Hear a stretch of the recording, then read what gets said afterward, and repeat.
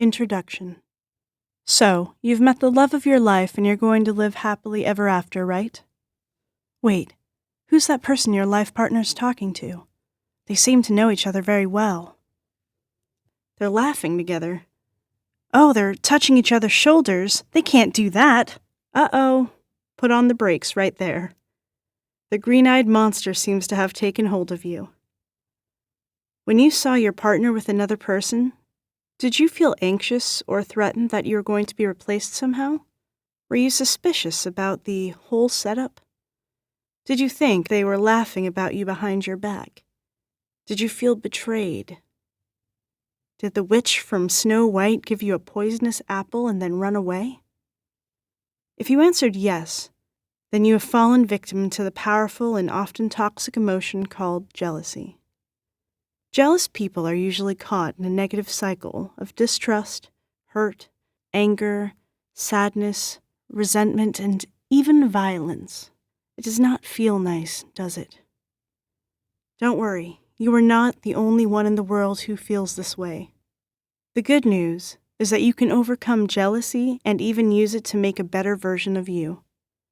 Are you ready to take back control of your life? Do you want to be free from all the unnecessary pain and hurt? Then now is the time to stop the cycle of negativity in your life. This book can help you understand and accept jealousy, recognize the signs of jealousy, take control of your emotions, defeat jealousy and its negative effects on your life, be empowered to use jealousy as a positive building block in your life, and learn how to have better and healthier relationships. Read on and take control of your life. Stop letting jealousy wreak havoc in your life. You can do it. Chapter 1. Getting to know jealousy. Congratulations. You've made the right decision to read this book. You took the first step to taking back your life. This book will help you gain a better understanding of why jealousy had taken hold in your life. In this chapter, you'll be given a background on jealousy, which will lead you to gain a better understanding of what it is, how and why it happens, when it started, and its effects on your life. In order to overcome something, you must first get to know it, learn to understand it, and realize why it is affecting you. So, what is jealousy? Jealousy is an age-old, powerful, and oftentimes overwhelming emotion that can affect anyone at any time, in any situation. You can be old, young, rich, poor, female, male, the list goes on, and jealousy can still take root in you. More formally, jealousy is an emotion resulting from an anticipated threat of losing something or someone already in your possession to another individual. Many times it brings about feelings of suspicion that you are going to be betrayed, which in turn spurs on your competitive side. For instance, you cannot believe your partner is just friends with his or her ex, even though they are just that. Also, even when there is no real competition, you then try to emulate or even upstage the ex because you think this will cause your partner to choose you over the ex. Is jealousy the same as envy? Do not confuse jealousy with envy. These two are usually linked together, but they are quite distinct from each other. Envy means wanting what someone else has. It usually arises from discontent with your own situation. This emotion focuses more on coveting, such as seeing your neighbor's new car and wishing it was yours. So where and when does jealousy start? Love between two people usually begins with feelings of rightness and perfection. You feel that the other person is perfect for you, although what you do not realize is that people can change at any time. You could have invested in your relationship for as long as 10 years, and then somewhere down the road, you feel like something is different. You then start to doubt and believe that something wrong is happening. You need to realize that things and people change. Your partner could be tired of your relationship, or maybe you have changed also, and thus the dynamics of your relationship have changed. It just depends on how you view any change to your relationship. Is jealousy something to be ashamed of? Yes and no. Jealousy is a natural occurrence. It is actually ingrained in human nature. It is safe to say that most, if not everyone, has experienced this emotion at one point in their lives, to a degree. In small doses, jealousy can even bring excitement to you and your partner. For instance, you may feel flattered that your partner gets jealous when other people watch you walk past. You may take it to mean that your partner thinks you are beautiful enough to garner such passionate feelings in him or her. Jealousy can be shameful once it becomes persistent and uncontrollable to the point of blinding you to what is right and what is wrong. For example, you feel irrationally jealous of your partner's sibling when they spend time together, just because you want your partner all to yourself. Why does jealousy happen? In a nutshell, jealousy occurs because we are afraid of losing what we have. It is usually a learned behavior. Your collective experiences in life have influenced and molded you to who you are today. Therefore, these factors determine how you react and feel in certain situations. For example, you might find yourself snooping through your current partner's cell phone because your ex-partner cheated on you and you want to make sure it does not happen to you again. Sometimes, there is a valid and rational reason for jealousy, but there are also times when there is only a perceived threat of loss, and there is no real cause to feel jealous. It could also be caused deliberately or unintentionally. Sad to say, there are people who delight in making others feel jealous, either by showing excessive affection towards someone else or by betraying a loved one's trust just because they can. On the other hand, a person's insecurity, low self-esteem, and general feelings of inadequacy can lead to imaginary problems that result in irrational jealousy. Too much time on your hands can also cause you to think too much until you start to make up things in your mind. Am I the only one who gets jealous? No. Jealousy is not unique to anyone. As mentioned, it can be felt by anybody involved in a relationship. Even successful people with high IQs, high-paying jobs, powerful positions, or even those in current stable relationships can get jealous at one point in their lives. It is all just a matter of the person knowing how to handle the emotion effectively. Is jealousy dangerous? Yes. Unrestrained jealousy frequently branches out to many other negative emotions, such as resentment, hatred, anger, rage, fear, anxiety, grief, and helplessness. One of the main effects of these emotions is insecurity, which is a lack of confidence in oneself. Jealousy can be like a poison to your relationships. It is a homewrecker. It is a thief of your potential happiness. Unchecked, it might even lead to physical violence. There are many cases where people go to great lengths just to preserve what they have. Some even commit murder because of jealousy. Do I have the right to be jealous? Yes and no. There are times when there is nothing actually wrong. But there are also times when your instincts are correct. You find out that your partner is lying and cheating on you. You need to assess situations individually and see if you have a valid reason or not. Can I control jealousy? Honestly, it can be hard to control, but you should do yourself a favor and not let it overwhelm your life. You have the choice to let it empower you to better yourself. There's a wealth of information and tools found in this book to help you. Use them, and you can rise from jealousy and its ill effects. Also, take comfort that you are not the only one. So yes, you can definitely control jealousy and beat it at its own game. The next few chapters will explore and discuss in depth the many signs of jealousy. The different topics will be explained and broken down into how they manifest in people's behaviors, what the consequences of these behaviors are, and plenty of tips will be given on how to overcome the signs of jealousy. Chapter 2. Sign number 1. Feeling unworthy of love? Look in the mirror and be honest. What do you see? Do you see a genuinely happy person or someone hiding behind a mask? Do you feel unworthy of love? This chapter will discuss how your inner feelings and perceptions of yourself affect your relationships. When you are in a relationship, especially an intimate one, you tend to open yourself up, which can make you feel vulnerable.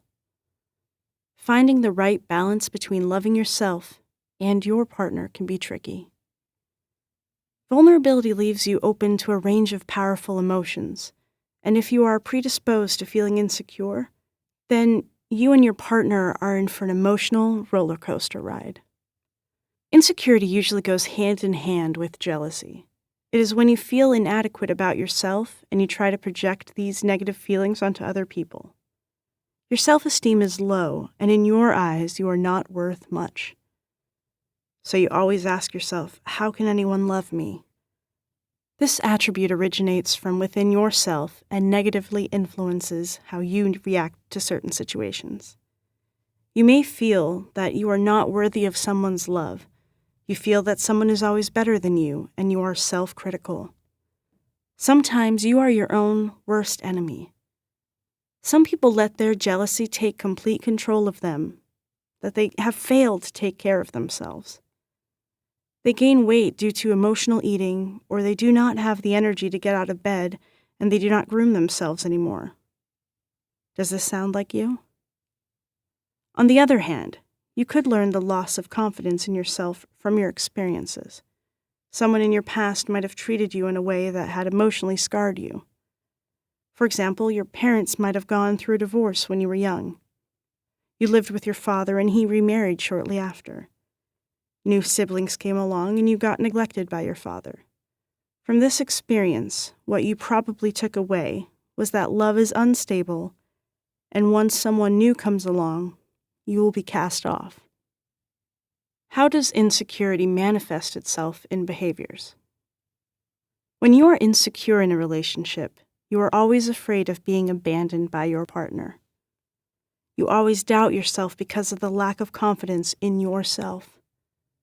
You are your worst critic. Sometimes you start to feel insecure, so you just want to hide away because you feel like things are never going to get better. You find yourself always seeking reassurance from your partner, and you always want to feel needed. Paranoia also shows up in your behavior, because when you doubt yourself, chances are you also doubt others, especially your partner. You are always anxious and apprehensive about your status in life. You always think to yourself, does my partner still love me or not? Am I enough? What are the consequences of insecurity? The more you believe something about yourself, the more you believe it is a normal thing for everyone else.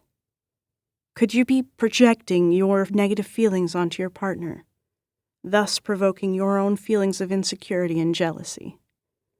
Sometimes, when your brain starts to believe something, it also starts to create imagined scenarios in your mind that can cause havoc in your relationships. In this event, you will also block any kind of reasonable explanations that do not match your inner belief system. This, of course, leads to communication problems. You cannot have a proper discussion when insecurity blankets over your relationship. When open communication is lacking, it breaks down the relationship and drives a wedge between you and your partner, oftentimes driving away your partner. You feel less connected to your partner, then the jealousy cycle starts again. Having such a low opinion of yourself can also be unattractive because when you have all these negative thoughts in your head, it shows in your physical appearance and demeanor. Be careful. The way you present yourself will have an effect on other people. If you think you are not worthy, they might just start to believe you. When that happens, you start to repel people because of your negativity. The outcome is you delve deeper into your misery and you become lonely and depressed. How do you overcome insecurity? First, you should learn to take ownership of your emotions. Accept all aspects of yourself, the good and the bad. Focus on your good qualities and use these to build yourself up. You can even create a mantra like, "I'm a good person and I am worthy of love." Say it in front of a mirror 10 times straight, 3 times a day. Eventually, it will become a habit and you will start to believe it. When you accept yourself, you should also learn to accept others. You must understand that everyone is unique and not everyone thinks as you do. Do not think that you are going to be discarded just because your partner is talking to another person. Learn how to verbalize your emotions and feelings eloquently. Peaceful and calm words have never harmed anyone. Encourage open communication between you and your partner. Do not be judgmental. Make a list of the pros and cons of your situation. Analyze why you are feeling this way, then make an action plan on how to resolve any problems. Seek support and advice from your family and friends. Let them help uplift you with their love and affection. If no one is available, you can always seek counseling advice from a professional relationship expert. Do you have any special interests? You can take extra classes to own your skills and upgrade your marketability. Achieving something tangible, like completing a course, can boost your confidence and increase your self-worth exponentially.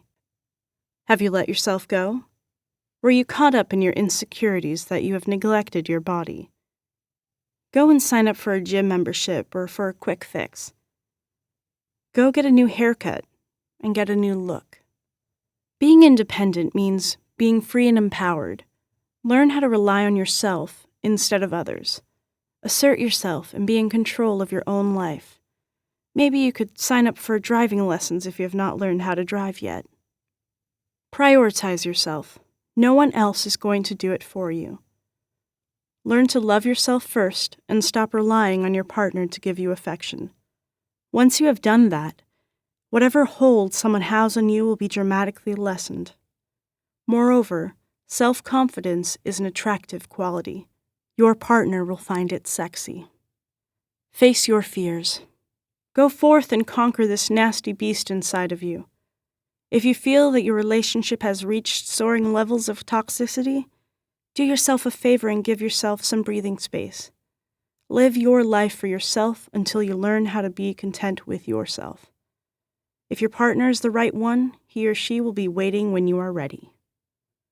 Happiness is a choice. Choose to be happy. Call your friends. Get out and have fun, in moderation, of course.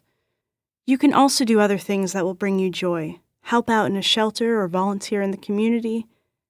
Helping someone else will satisfy your need to be wanted.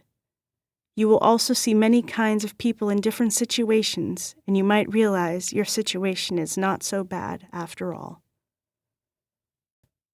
Chapter 3. Sign number 2. Control freak. Are you the type of person who wants everything to be done your way? Do you feel the need to dictate what your partner can or cannot do? Are you afraid that your relationship will be in danger if you let it run its free course? Do you feel jealous when your partner does not give you your expected level of affection and attention? If these sound like you, then you may be just what they call a control freak. This chapter will explore all about control and the different ways it can affect your relationship. In personal relationships, the term control freak refers to people who feel like they have the right to control every detail of the relationship. They also have the need to mold their loved ones into their ideal partners. For example, they only want their partner to wear a certain type of clothing, or they want to dictate how their partners act with certain people. They're also under the illusion that if you control people, then you can surely control outcomes to your liking. It gives them a heightened sense of power and authority, which in turn feeds the altered reality they sometimes have in their minds. Ultimately, They get jealous when things do not go their way. Control, when exercised responsibly, can actually be a good thing. Your partner might be bad with finances and cannot stop spending on unnecessary items. If you are capable, you may take charge of the financial situation and control your partner's spending habits. In this case, you are actually helping your partner in a positive way, and this is a good example of control being used in a responsible and productive manner. However, you have to keep in mind that when you are in a relationship with someone, both of you have the right to be your own persons. What happens in many relationships is that as time goes on, one of you might begin to feel as if you own the other person, and that you have the right to control every aspect of your partner's life. A trait that is commonly linked with control is possessiveness. It is also derived from a need to dominate others in order to control another person. It is caused by a selfish need in people to keep their possessions, including people, to themselves. They probably did not like sharing back in kindergarten. Caution is recommended because some actually mistake control and possessiveness for love. They feel like their partner cares for them because they innocently think that their partner only wants their love and attention, not realizing that they are just being manipulated.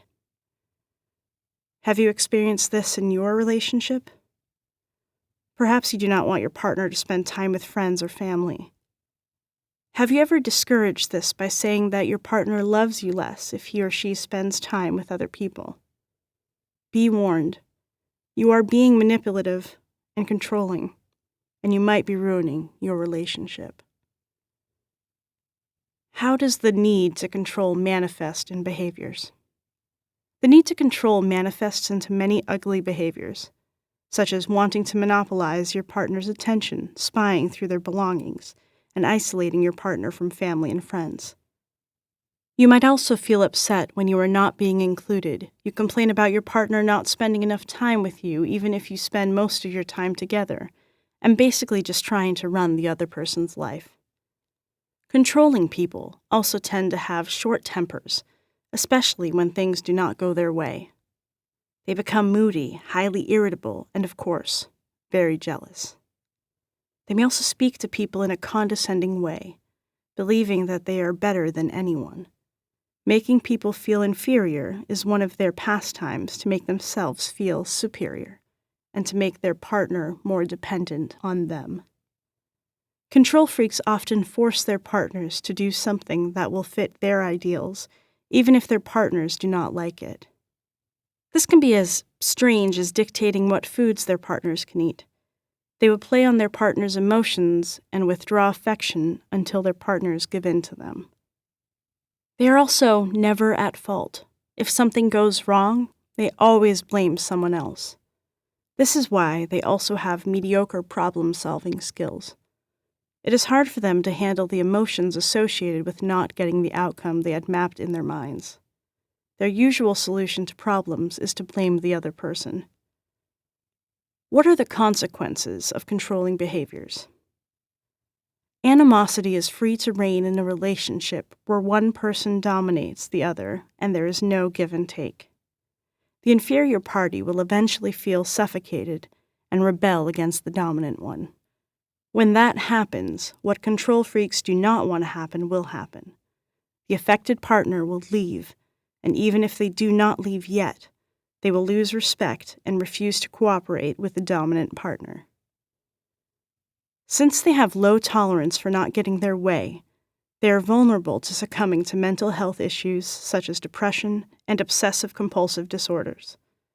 There are no winners in the breakdown of relationships and destruction of one's health. Is it really worth having your way, but losing what you were afraid of losing in the first place?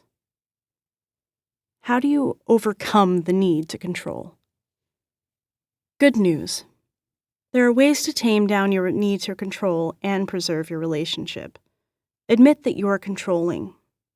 Take the step to realize why you feel the need to control. Was it because of a past experience? If so, analyze what happened in the past and work out what happened and why. understand yourself better. Identify triggers of your need to control. Is one of them the fear of losing your loved one? If that is the case, then you need to reevaluate your behavior. You could very well lose what you are most afraid of losing because of your controlling ways. Stop. Listen. Communicate with your partner freely. Let him or her talk and do not interrupt. You can say your piece after. Do not let jealousy cloud your mind. Encourage a free flow of discussion with no criticism. Change your mindset and accept situations as they come. Go with the flow and be more flexible. If controllers truly love their partners, they will let them be free with their choices. Partners should be trusted to know what is good for them individually. You'll be surprised. Your partner might even reward you with admiration for the positive changes evident in you. Learn to manage your anxiety by going to therapy or a support group. You could also try talking to someone who will keep your story confidential. Bottling it up inside can cause you to explode one day. Having a sympathetic ear to listen to your problems can also be comforting for you. Change the way you talk to people. You can still say your opinion, just do not force others to accept it if it is against their views. No one wants to be forced to do something they do not want to do. You must learn to respect other people. Chapter 4. Sign number 3. Caught up in the past. Are you hung up on your partner's past relationships? Do you find yourself incessantly asking your partner about them so you can compare your relationship? Do you feel as if you have to measure up against the ex? This chapter aims to help you realize that what happened in the past should stay in the past. It will explain why digging up the past is not a good thing for your relationship and what you should do to avoid doing so. People often forget that when they first met their partners, they were attracted to qualities they saw there and then. They engaged in a relationship with them for who and what they were at that point in time, without knowing about their past. So you must remember not to be jealous of past relationships because whatever happened back then obviously did not work, and that is why they no longer exist in the present. On the other hand, if your partner committed a previous indiscretion against you, then you need to ask yourself why you still feel jealous about this. There must be a reason why you are still together, right? If you made the decision to accept it, then you must follow through. Keep in mind that if something is no longer relevant, then it will not be helpful in your current situation. How does being caught up in the past manifest in behaviors? Digging up the past actually stems from insecurity and jealousy. You're not secure in your current relationship for some reason. You are continually bringing up the ex, yours or your partner's, and hashing out every detail of past relationships. May also keep comparing yourself to the ex. It can seem like you are on an archaeological dig mission, asking your partner anything and everything about the ex, such as intimacy levels, personal conversations, what they did together, and so on. You might also be unnecessarily inquiring about the ex's personal attributes. Was he or she funny, cute, tall, understanding, rich, poor?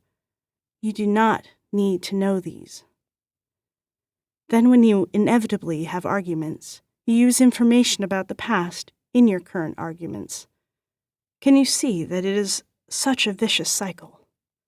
Ask yourself why you are so fixated on the past. Is your partner doing something to make you do so, or is it just you? Why are you so afraid to lose your loved one? Maybe you also have some negative thoughts you are projecting towards your partner. What are the consequences of being caught up in the past? Imagine scenarios could turn into reality. If you are continuously mentioning someone, you are keeping that person in your partner's everyday thoughts. This is dangerous because you could be inadvertently reminding your partner about the good old times with his or her ex. Your worst nightmare just might come true and your partner could go back to the ex. Bringing up the past also creates a harmful cycle of petty arguments which are detrimental to your relationship. It prevents proper resolution of your problems. Moreover, when you keep comparing yourself to your partner's past lovers, you are actually belittling and demeaning yourself in the worst way possible. You could be forcing your partner to think that you and the ex are on the same level right now, and since you are so annoyingly insistent, he might begin to think the ex is the better choice. How do you overcome being caught up in the past?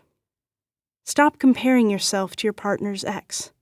Remember and understand that you are with your partner now. There is a reason why they did not stay together. You are two different persons. You must extricate yourself from this behavior and move your relationship back into a two-way party. Stop comparing your ex to your current partner. They are also not the same people. You broke up with your ex for a reason too. Bear in mind that whatever your ex did for you in the past did not work or was not enough to keep you together. Focus on the present and have regular, healthy evaluations of your relationship. You could set a time and place that are just for the two of you. Discuss any questions you may have in a diplomatic manner. Resolve issues immediately. Do not allow them to linger. It is best to discuss any problems before going to bed. Do not go to bed angry. Tomorrow might be too late. Make a rule not to bring up past arguments and past lovers. Banish them from your mind. They are a waste of your brain cells. In particular, you need to stop bringing past lovers into your present lives because they probably do not even remember you. Do not give them the power to break your relationship. Make a list of what you are doubtful or jealous about regarding the past.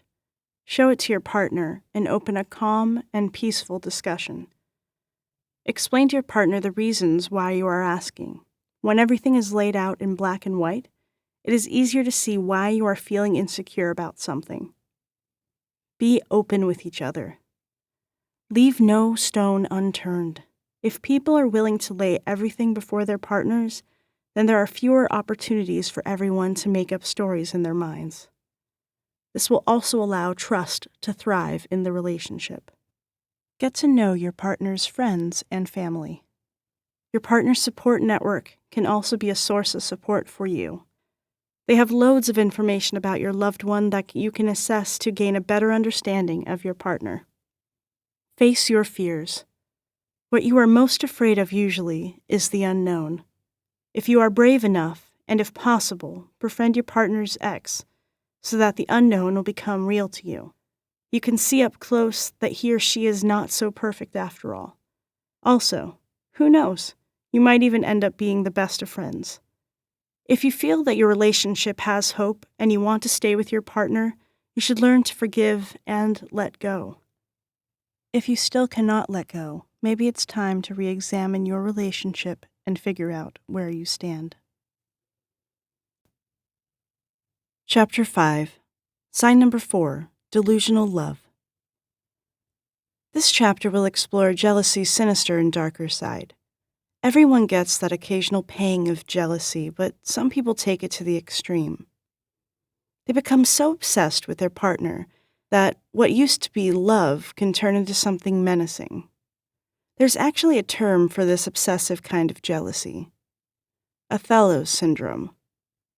Othello was a character in Shakespeare's play. He was a tragic character who was convinced and tricked into believing that his wife was having an affair. He killed her out of jealousy, but later found out that he was wrong and that his wife was innocent. Othello committed suicide after.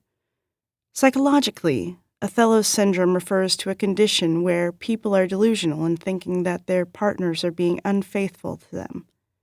People who have this condition are typically dangerous, obsessive, and excessively jealous. Unfortunately, people blinded by jealousy cannot control their actions anymore. They can even reach a point where they physically act out the delusions they have in their mind. For example, Jane loves her husband, but he goes berserk when another guy talks to her. He jealously believes that she has affairs with every guy she comes in contact with. He hits her when they get home and tells her it's all her fault until one day he hit her hard enough on the head and she ended up in a coma.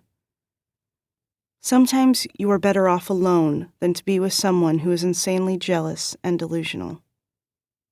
How does delusional love manifest in behaviors? As discussed, the common core of jealousy-fueled relationships where one partner is delusional involves the constant belief that the other partner is unfaithful. This leads to frequent accusations of infidelity. Delusional partners subject their lovers to aggressive interrogations regarding their actions, which include, "Where have you been? Who are you with? What were you doing? Why did you take so long? Who were you chatting with?" and so on. This manifestation leads to the need to continually search through their partner's belongings to validate their delusion of infidelity. Do you always look for proof?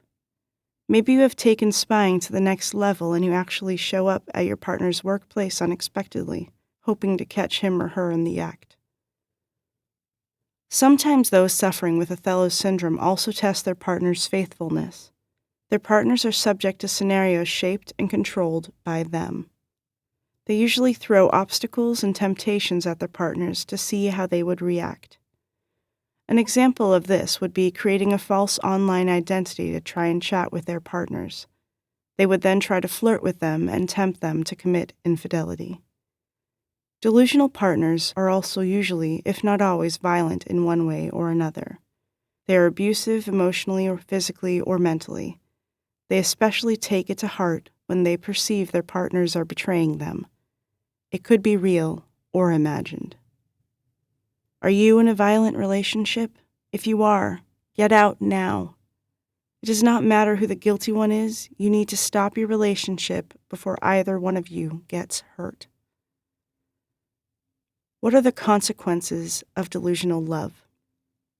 The intensity of feelings and emotions in cases of Othello syndrome slowly build up from traces of doubt to being consumed daily by obsessions to developing altered realities in the mind, leading to the day when these are physically acted out. There are many serious consequences to delusional love. The number one thing that is sure to happen is total relationship breakdown. A lot of times, there is no going back in these situations. A grave and permanent consequence is the ultimate act of violence: murder. This happens when delusional partners reach their breaking points. A common trigger is when their partners leave the relationship. Since the objects of their obsessions are no longer available to them, then they feel that no one else should have them too. You can find many cases of relationships that end in murder. Like Othello, they also commit suicide afterwards because they cannot live without their partners. Although sometimes they do not physically hurt their partners and just commit suicide. Abuse is the usual outlet for delusional partners. Their partners usually suffer from excessive fear, sexual assault, physical injuries, emotional and mental trauma, stress, and anxiety. The victims often develop mental disorders, as they cannot cope with all the abuse they receive. Domestic violence is one of the leading reasons for emergency room visits. Another consequence is that victimized partners are usually isolated from their family, friends, and other loved ones. Their partners limit their interaction with other people to the point that they lose contact with everybody but their crazed partners. Sometimes, when delusional partners continually accuse and interrogate them, the victims are forced to giving false confessions just to stop all the excessive pressure. They might agree that yes, they are having affairs just because they are so tired. However, there are also instances where false confessions lead to actual affairs. Since they are being accused of infidelity, they might as well really do it. There are also a lot of victims who escape from abusive relationships, but sometimes their misery does not end there. Stalking is a real problem when a relationship ends and the delusional partner is not ready to let go. Delusional partners almost always become stalkers. They follow their victims' every move and show up at their houses uninvited. They profess their intense love for them. Stalking could go on for weeks or even years. They also feel that their victims are just playing hard to get and that eventually they will fall back into love with them. Since delusional partners are prone to rage, they sometimes take it out on their partner's things or those of whomever they perceive as a threat to their relationship. Property destruction can include burning down houses, keying sides of cars, vandalizing properties, and basically just breaking down everything that is in their path. How do you overcome delusional love? This very severe and dangerous issue is hard to overcome. There are steps that you can take to do so, but you must be serious about seeing them through. Your first step is to take a deep breath and just relax. Then stop the relationship. Go cold turkey from the relationship and just take a break. A volatile relationship is unhealthy and no fun for anyone. Sometimes breaking away is the best thing to do because the current environment of your relationship may just be suffocating both of you. Your best and urgent mission is to seek professional help from mental health practitioners, no matter if you are the victim or the abuser. They will help you, and they may prescribe medication if they diagnose an actual mental disorder. There's no shame in this. A lot of people suffer from mental disorders, and they actually become better with the right help. Learn to separate reality from the make-believe scenarios in your head. Do not let your imagination run away with you. Tell someone. Reconnect with your friends and family. You might be surprised at the outpouring of support you will receive. Explain the situation and ask them to hold you accountable. You might need to stay with them for a while so you will not easily fall into the traps of delusional thinking. Assess your relationship. Do you love your partner, or have you overstepped the boundaries of love? You may think love is what you feel, but in fact, you are just obsessed. If you are the victim, ask yourself if it is worth it to stay. Your life might be in danger. If you feel you can still fix your relationship, agree to go to counseling together. You have reached the point where talking between you is not working anymore. You need to meet with a mediator on neutral grounds. Meditate. Release all those negative emotions you are holding in. Meditation has helped millions of people achieve better health, happiness, and self-control. Chapter 6. Sign number 5. Fault Finder. Jealousy is a vicious emotion, and one way it manifests in people is through fault-finding. This chapter will look at why fault-finding is a sign of jealousy and how you can be more aware if you are doing it or not. So are you a fault-finder? Do you find yourself chronically looking for faults in people? It may be something as simple as commenting on how funny their clothes look or criticizing the way they do something. This innate need to find fault originates from your own insecurity, fear, selfishness, and jealousy. You feel that when you find faults in people, you are better than them. You are feeding your insecurity at the expense of other people. You are also in the same way trying to justify your own faults. When people constantly find faults in their partners, they are in a way showing their partners that they are not good enough and that they are lucky to have them. In this way, they feel like they are keeping their partners attached to them by making them feel that no one else will love them. Do not confuse fault-finding with healthy, constructive criticism. This is when you point out mistakes in a positive manner and you give advice for the betterment of the other person. You should also be careful when handing out constructive criticism to your partner. You need to be sensitive and determine the correct timing and setting for this to be effective. How does fault-finding manifest in behaviors? Instead of praising your partner for their good qualities, you always see their flaws and imperfections. You are constantly pointing these out to the point of being obsessive about it. You will never let your partner get away with even the smallest mistake. Nothing is ever good enough for you. It is as if you're setting up unreachable standards for your partner, and when these standards are not met, you delight in telling your partner. It is as if you want them to fail. In addition, you always complain about your partner, and that he or she is the one to blame when things do not go your way. You might say it's because they are stupid, worthless, or any other derogatory word that you know will put them down. You blame your partner for everything, even if it's no one's fault. You belittle your partner with every chance you get. You always have something to say about your partner's hair, body, clothes, job, and then you elaborate on the negative things you see about them. Efforts by your partner are also never recognized, and you do not stop arguing until your partner gives in and admits that he or she is wrong. You also shrug off whatever your partner has to say. You believe that your partner is inferior to you.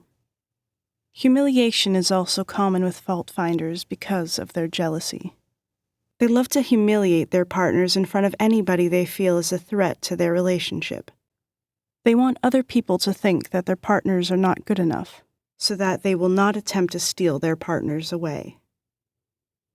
What are the consequences of fault finding?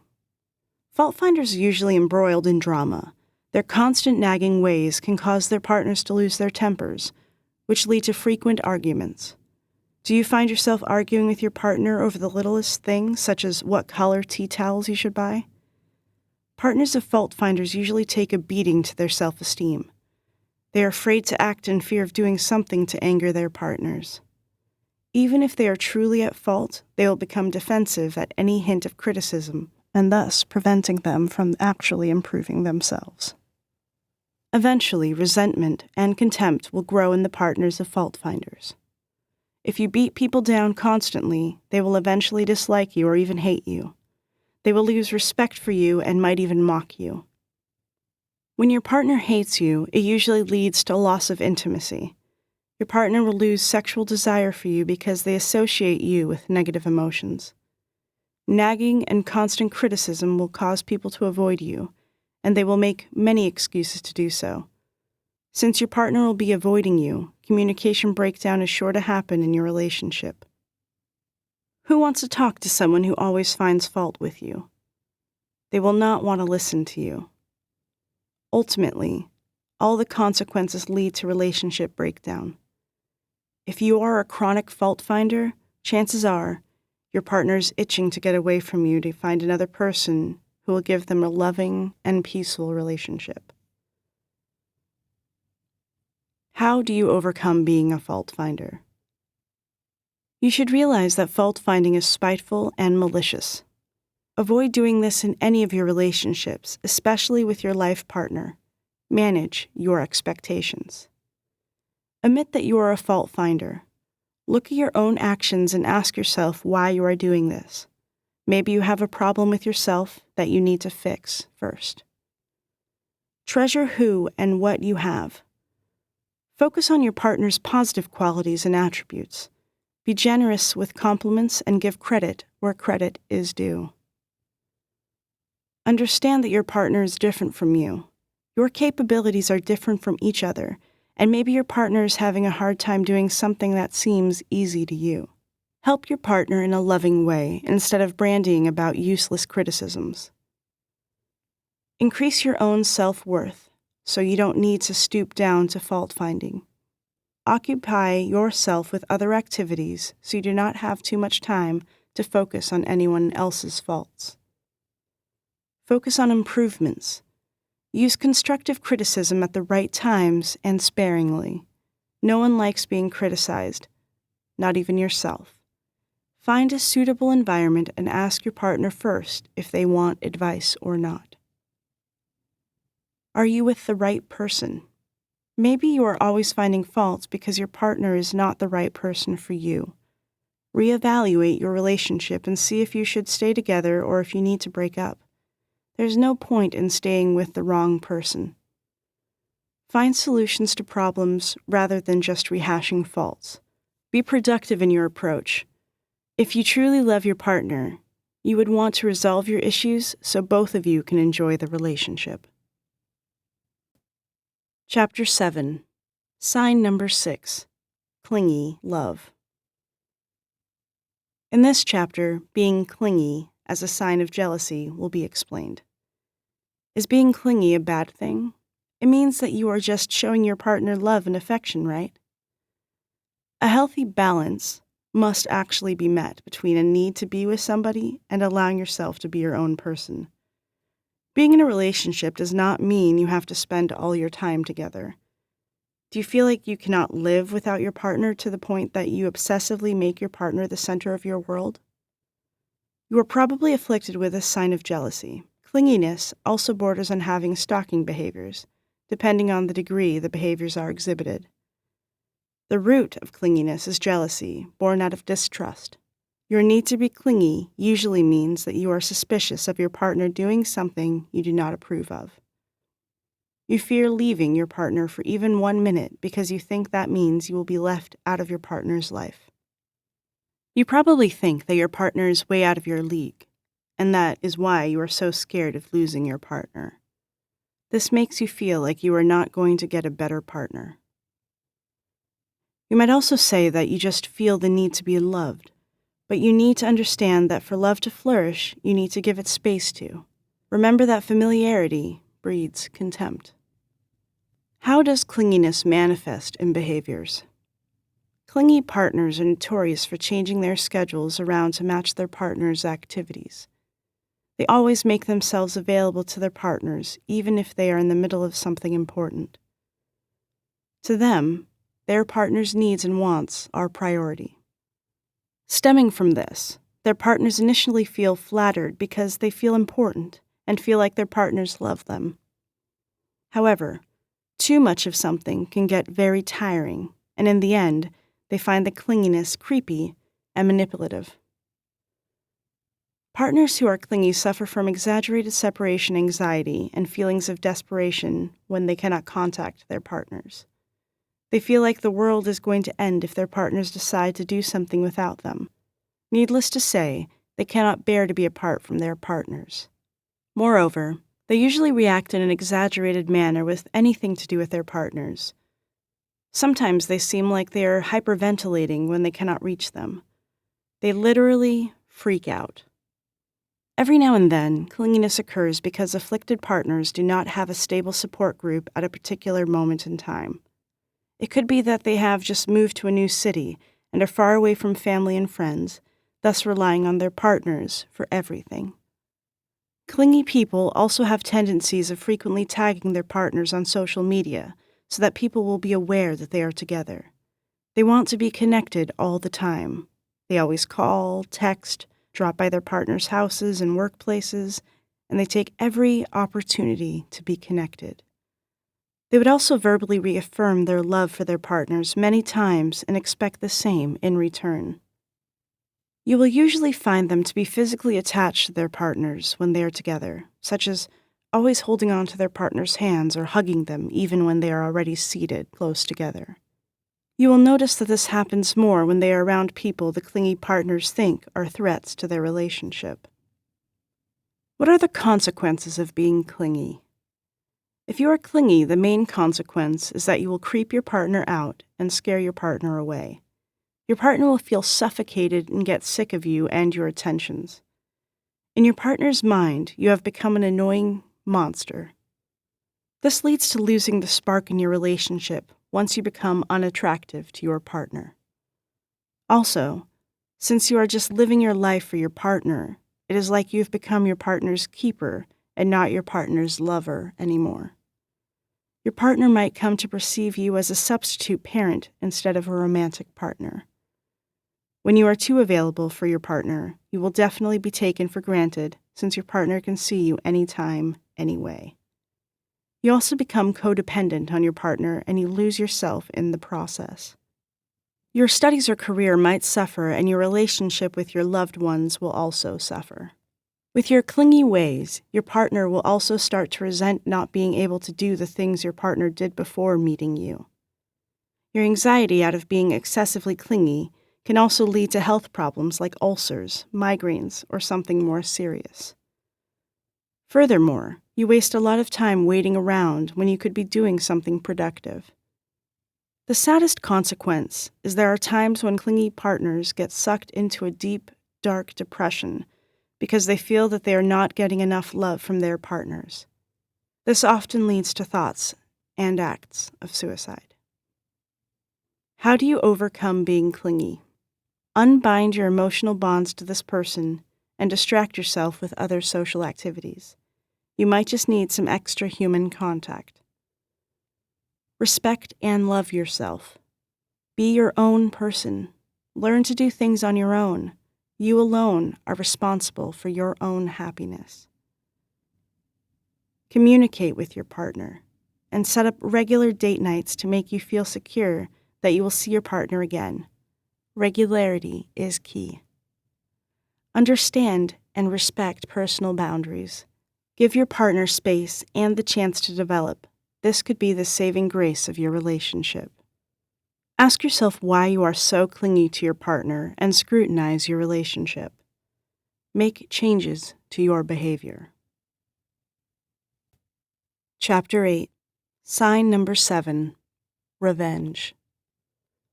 This chapter will discuss how and why jealousy can cause you to exact revenge on your partner.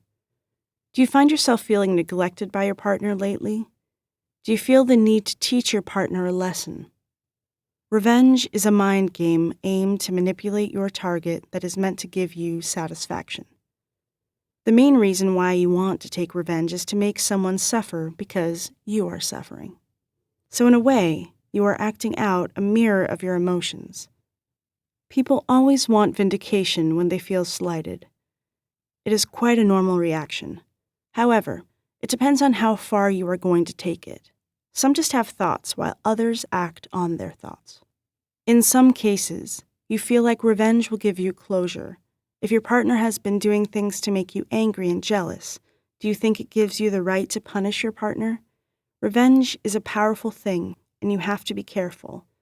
You might end up regretting it. How does taking revenge manifest in behaviors?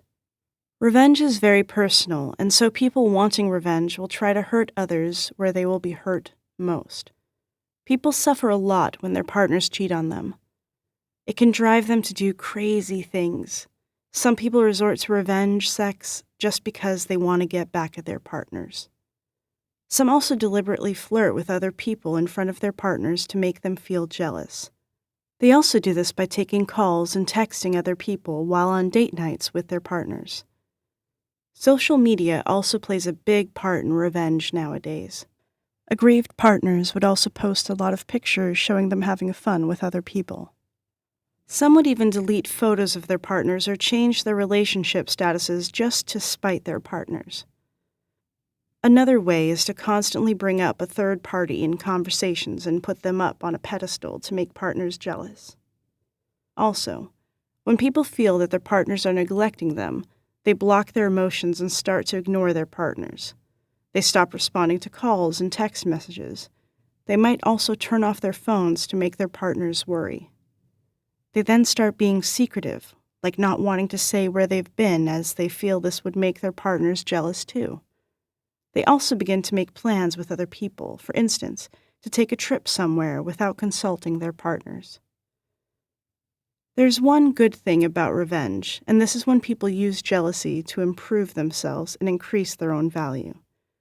This can be evident by an improved overall physical appearance. They want their partners to regret hurting them. They will then reject their partners to hurt them even more. What are the consequences of revenge? Accept that everyone makes mistakes. You do too. The best thing is to try and solve the problem. Your partner will probably reject you because they do not trust you anymore, especially if they are innocent of any wrongdoing. Revenge, for the most part, does not result in any positive scenarios. There's no resolution, and so communication and relationship breakdown follow. Revenge will become an endless retaliation between you and your partner. Once you have put your revenge into motion, there is no turning back. What is done is done. The crazy things you may do when you are out for revenge may not reflect your true self. You're just destroying yourself in the process. Your health may be in danger if you decide to have an affair. You have to be careful because you can catch STDs. It is not worth it. How do you overcome the need to take revenge? Promote open communication. Tell your partner how you feel and verify what is happening. Sometimes your perception of the situation may be inaccurate, and your partner is actually innocent. Spice it up and do something out of the ordinary to revitalize your relationship. Look for positive ways to bring you two closer again instead of taking revenge. Assess your partner's behavior and see if your partner is deliberately treating you badly. If you find out your partner is cheating on you, then it is time to move on. Learn to forgive. If you want to stay with your partner, you must learn to accept your partner as is. Once you agree to forget, you should also forgive so you can let go of this negative energy in your life.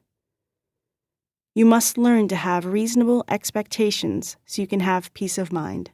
Once you are at peace with yourself, you will take any problems that come with a calm and cool head. You will become less prone to having negative thoughts. Chapter 9. Dealing with others' jealousy. This chapter will now discuss jealousy when it comes from the other side and how to successfully deal with it. First of all, decide if you truly want to stay together with an overly jealous partner. Do you love your partner enough to make your relationship work? Are you prepared to make sacrifices? If your answer is no, then just get out of the relationship fast. However, if you are willing to make it work, read on. What do you do when your partner is jealous? You feel like you are not doing anything to make them feel that way, but they still get jealous. What are the steps you can take to make your partner feel secure? At the first sign of jealousy, nip it in the bud. Sit down with your partner and talk it over. Clarify what is bothering your partner. It could be just a really simple thing like your partner felt jealous earlier because your partner saw you hugging someone else. What your partner did not know, that someone else was just your sibling. So there, problem fixed. Give your partner the benefit of the doubt. Your partner might have a valid point. Do not indulge your partner's irrational jealousy. In this case, do not be argumentative, but be firm in dealing with your partner so you can avoid reaffirming any imagined perceptions your partner may have. You would actually be saving your loved one from getting caught up in the cycle of jealousy. Reassure your partner regularly of your love and affection.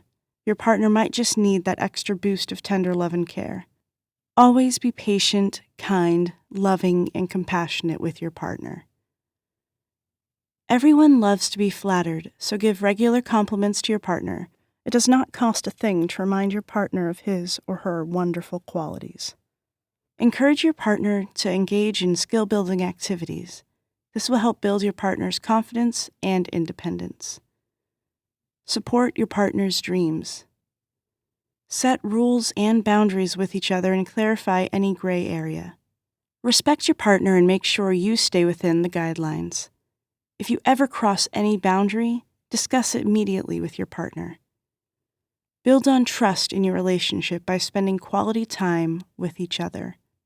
It is proven that shared experiences lead to a stronger bond. Introduce your partner to your friends and family. This will help make your partner feel more secure. Always be truthful and consistent. Once your partner catches you in a lie, it's hard to gain back trust. Assess your actions because you might unknowingly be acting in a way that is causing your partner to be jealous. As long as it is reasonable, you should stop doing whatever is causing the problem. Be understanding and learn to accept your differences. Treat your partner how you want to be treated. Be open with your partner. Keeping secrets from your partner seems like such an underhanded thing to do, and this actually causes jealousy in many people. Even in you, probably. When jealousy spirals out of control and there is no appeasing your partner, you should know when to leave the relationship. No one deserves to be treated unfairly. Chapter 10. Letting jealousy create a better version of you. In this chapter, you will learn how to embrace jealousy and how to use it to create a better you. Now that you have read about the different signs of jealousy, do they sound familiar to you? If any of the signs are talking to your heart, acknowledge what is happening and learn how to overcome it. Jealousy is always thought of negatively, but in fact, you can turn it into a positive thing. It is such a tiring emotion, and you do not want to let it ruin your life forever. So instead of letting it pull you down, use this powerful emotion as inspiration and use its strength to make something great out of your life. You can use the tips below to help you become a happy, amazing, and confident person with the power to have an enjoyable relationship. Jealousy can act as a wake-up call and help show you where you are lacking. It will help you realize how your actions affect others. Once you are more in touch with your emotions, you can be more empathetic and more considerate of your loved ones. You can use jealousy as a motivator to strive and work harder. When you find yourself comparing yourself to other people and you find something they do better than you, take it as a constructive challenge. Invest in yourself. Let jealousy push you to greater heights than you've achieved before. Turn the situation around and let others be jealous of you. Using jealousy as a part of a healthy competition can help you do better with your studies, sports, career, and it can also induce you to take better care of your health. People are drawn to those who exude an aura of warmth and positivity. So turn your negative energy into positive today. Once you are more self-confident, you start to take charge of your life and you become more independent. When used as a motivator, jealousy can help unlock unrealized qualities in you which could actually lead to exciting new opportunities. Let jealousy help you to have an open communication with your partner. Reach out to your partner in a gentle way, and you might be surprised that your partner did not even realize that you are jealous. It will help you become closer and more intimate when you open yourselves up to each other. Use jealousy as an incentive on your part to make more efforts with your partner. Since the root of jealousy is the fear of losing someone, then you should go and strive to be a better partner. Go ahead and provide your partner with lots of love and affection. Jealousy can also help you appreciate the good qualities in your partner. Since you think everyone wants your partner, then focus on those qualities you think other people want and capitalize on them. When you have done all of the above and you still do not feel satisfied with your relationship, take another step back and analyze your relationship again. You would be surprised. Jealousy might actually help you realize that you and your partner do not match and that you are just wasting your time being together. Chapter 11. Special Attention. To date, I've enlightened the planet with my ideas on jealousy and self-esteem. I wish to clear up any misunderstandings that could possess some males thinking that I'm targeting only women here. Jealousy and self-esteem issues may also imprison men in addition to women. Nobody is excused from real human feelings. Feelings know no face, color, size, or gender. There's two victims here, not merely one, and everyone is vulnerable. I also believe that I've forgotten to reveal the way the other party involved that is affected with jealousy or self-esteem issues suffers as well. A relationship is really a partnership. It's a commitment made between a couple in that we'll stay with one another throughout the years. Regrettably, when it's a jealousy issue, both sides are affected. We tend to pay attention to those who are stuck with their feelings. It's like they're in a prison because they are limited in their cognitive capabilities, but it's the victimized person who needs healing too. To become accused and mistrusted by your beloved is really difficult, along with a definite discomfort that some people cannot bear for any lengthy time. Accusations and false assumptions can be the undertone of a relationship, and that doesn't really make it pleasant, if you know what I mean.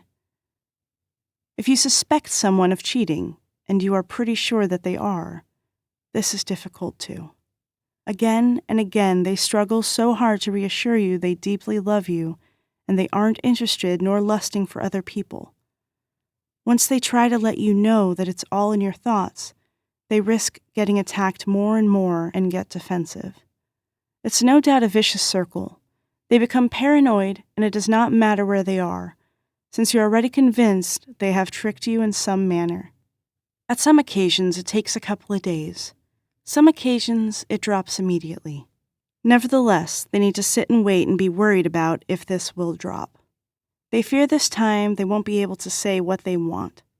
They fear will get much more depressed and irrational using what they are saying to all of us.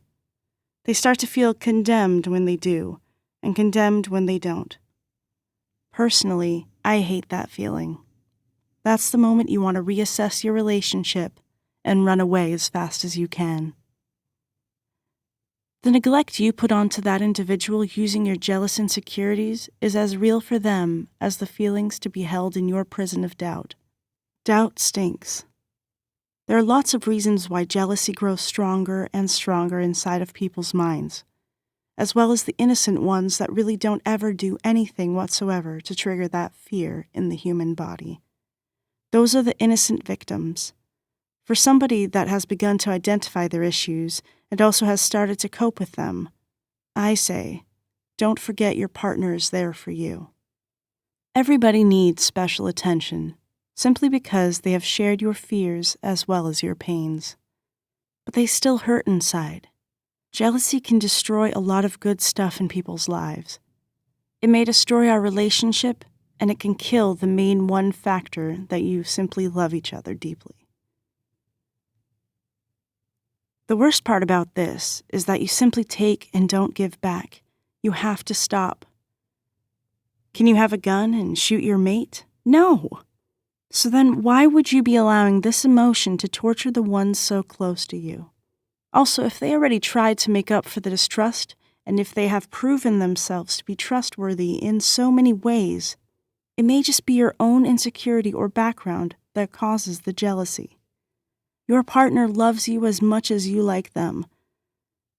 And also, they might feel they have caused the effect of your trapped feelings which eat at them. To decide to just smile and feel completely loved means they are feeling better about themselves and that they're accountable for that smile. That's a good feeling altogether. When you're not happy, they might blame themselves for that a little. Also take care not to fall under the practice of being unhappy through jealous feelings. Understand where they're originating from. Are you currently experiencing them because of a need to get noticed? Are you not receiving enough attention? Again, this can be an incorrect type of attention. If you fail to obtain the right attention you are feeling you're missing, then speak to your partner.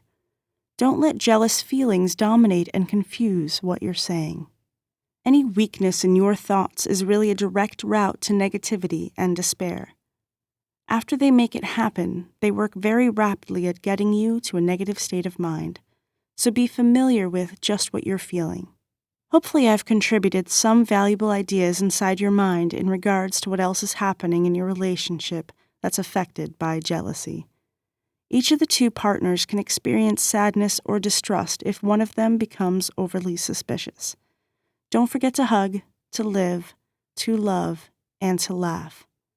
Life is not all serious. One thought from me to you. Take risks. Take chances. Don't think that trusting others is always a bad thing. There are a lot of crooks, true, but there are a lot of trustworthy people out there too. Similarly, you can trust someone to be faithful in your relationship, or to do as they're told, but maybe not to be completely honest or on top of things when it concerns something else. For instance, I have a mother-in-law whom I trust to not steal from people, but I don't trust her to be on time, because she has shown in the past that she is not very punctual. I trust her to not yell at me because she's never done that, but I don't trust her to always be friendly because she has made some judgmental remarks. Becoming a better judge of character lies at the core of overcoming jealousy. Know what you can trust people to do and what you can remain suspicious about. Eliminating all suspicion would lead to naivete anyway. Chapter 12. Jealousy Problems in Marriage. Jealousy in marriage is destructive, a genuine relationship killer, and something individuals with common marriage problems should solve. In your soul, if you let feelings of jealousy develop and escalate, your brain will go wild. Think of the enemy around every corner, question everything your lover thinks, states, and does. In worst scenarios, unresolved and unchecked jealousy might be going to the point of ending the relationship, and eventually into long-term revenge schemes that lead to an unhappy life. Although we wish to deny it, many people have a problem with jealous feelings at some stage in their lives. And in marriage, it's certainly one of the most common marriage issues that can be cultivated from feelings of insecurity or neglect. We currently reside in a society where marriages are frequently broken because of another person, an affair, a pornography addiction, and therefore are oftentimes second or subsequent marriages. Case studies in society have confirmed this over and over again, and in some countries, 40% of all marriage end in divorce. Cheating has become something exciting to some people, and is sometimes even portrayed in TV shows as a secretive way to get more passion in life. People can enter marriages with the previously mentioned baggage, and when they do, it is often difficult to settle right into a secure relationship, having faith in an atmosphere filled with self-worth and self-belief. When we have had our trust broken in the past, it's harder to trust again. Maybe that's a good thing, so we don't always let people take advantage of us. But if it goes too far, or if we don't know who to trust, it can become a major problem. Marital jealousy comes from numerous situations, and regardless of how much you attempt and tell yourself there's no need for concern in your mind, you could be listening to that inner voice that tells you the husband or wife isn't faithful, thus instilling the same feelings into your heart again. These are some things to consider when you can't get rid of overly jealous feelings, or when you're too hard on yourself for feeling that way. Many people are natural flirts who draw to a potential partner like magnets, which, when the ring is around the finger, leaves partners totally insecure and merely waiting for being dumped for another person that may enter the circle of friends. The partner who flirts frequently doesn't have any idea what impact their actions have on their relationship. He or she might not really believe that they're doing anything wrong, but see their actions as being friendly and never dangerous. Some people are really oblivious to this. Nobody could be charged with being unnecessarily jealous if they have proven themselves to be trustworthy over and over again. Some marriages survive an affair, and it's hard to say whether suspicion for another one is justified. Some people may have turned around completely, with real sorrow for their previous infidelity, and others are incorrigible and should never be fully trusted. Following a divorce, children have to believe that the separation isn't because of anything they've done. This leaves parents overprotective, eager to make up for failed relationships, and sometimes too eager to enter a new one. Another thing that can happen when being faced with common marriage problems is the fact that husbands feel neglected when an infant arrives, regardless of how much they wanted the kid to begin with. An infant's mere arrival is completely life-changing, with increased attention for the child, along with a complete nosedive in marital relations. A wife has to recover, so sexual attention could diminish, and constant help and more things to do could complicate the matter. I've heard my father say literally, "When the kids arrived, she didn't even give me any attention anymore. I was unimportant." The bond between mother and child may leave fathers feeling neglected, undesirable, and ignored. A mother can feel neglected because she is often alone with the child and doesn't receive as much attention from friends, family, and social situations. A lot of time at the office, a partner can be feeling very insecure, particularly when your hours at work increase and you spend much less time in your own home with your loved ones. I saw a Dr. Phil show once, and the husband worked for about 70 hours per week. His wife just wanted him home, but he said he was doing it for her. He didn't understand what she really wanted. People get fixated on their own goals and also have no concept about how this really is perceived or the way it impacts their relationship as well as their family life. With no 100% backing of both sides, lengthy hours and continuous travel can be a real relationship killer and, if left unchecked, certainly one of individuals' common marriage problems from which there may be no return. The primary factor we have to remember isn't to allow jealousy to consume, cause rage, and become destructive.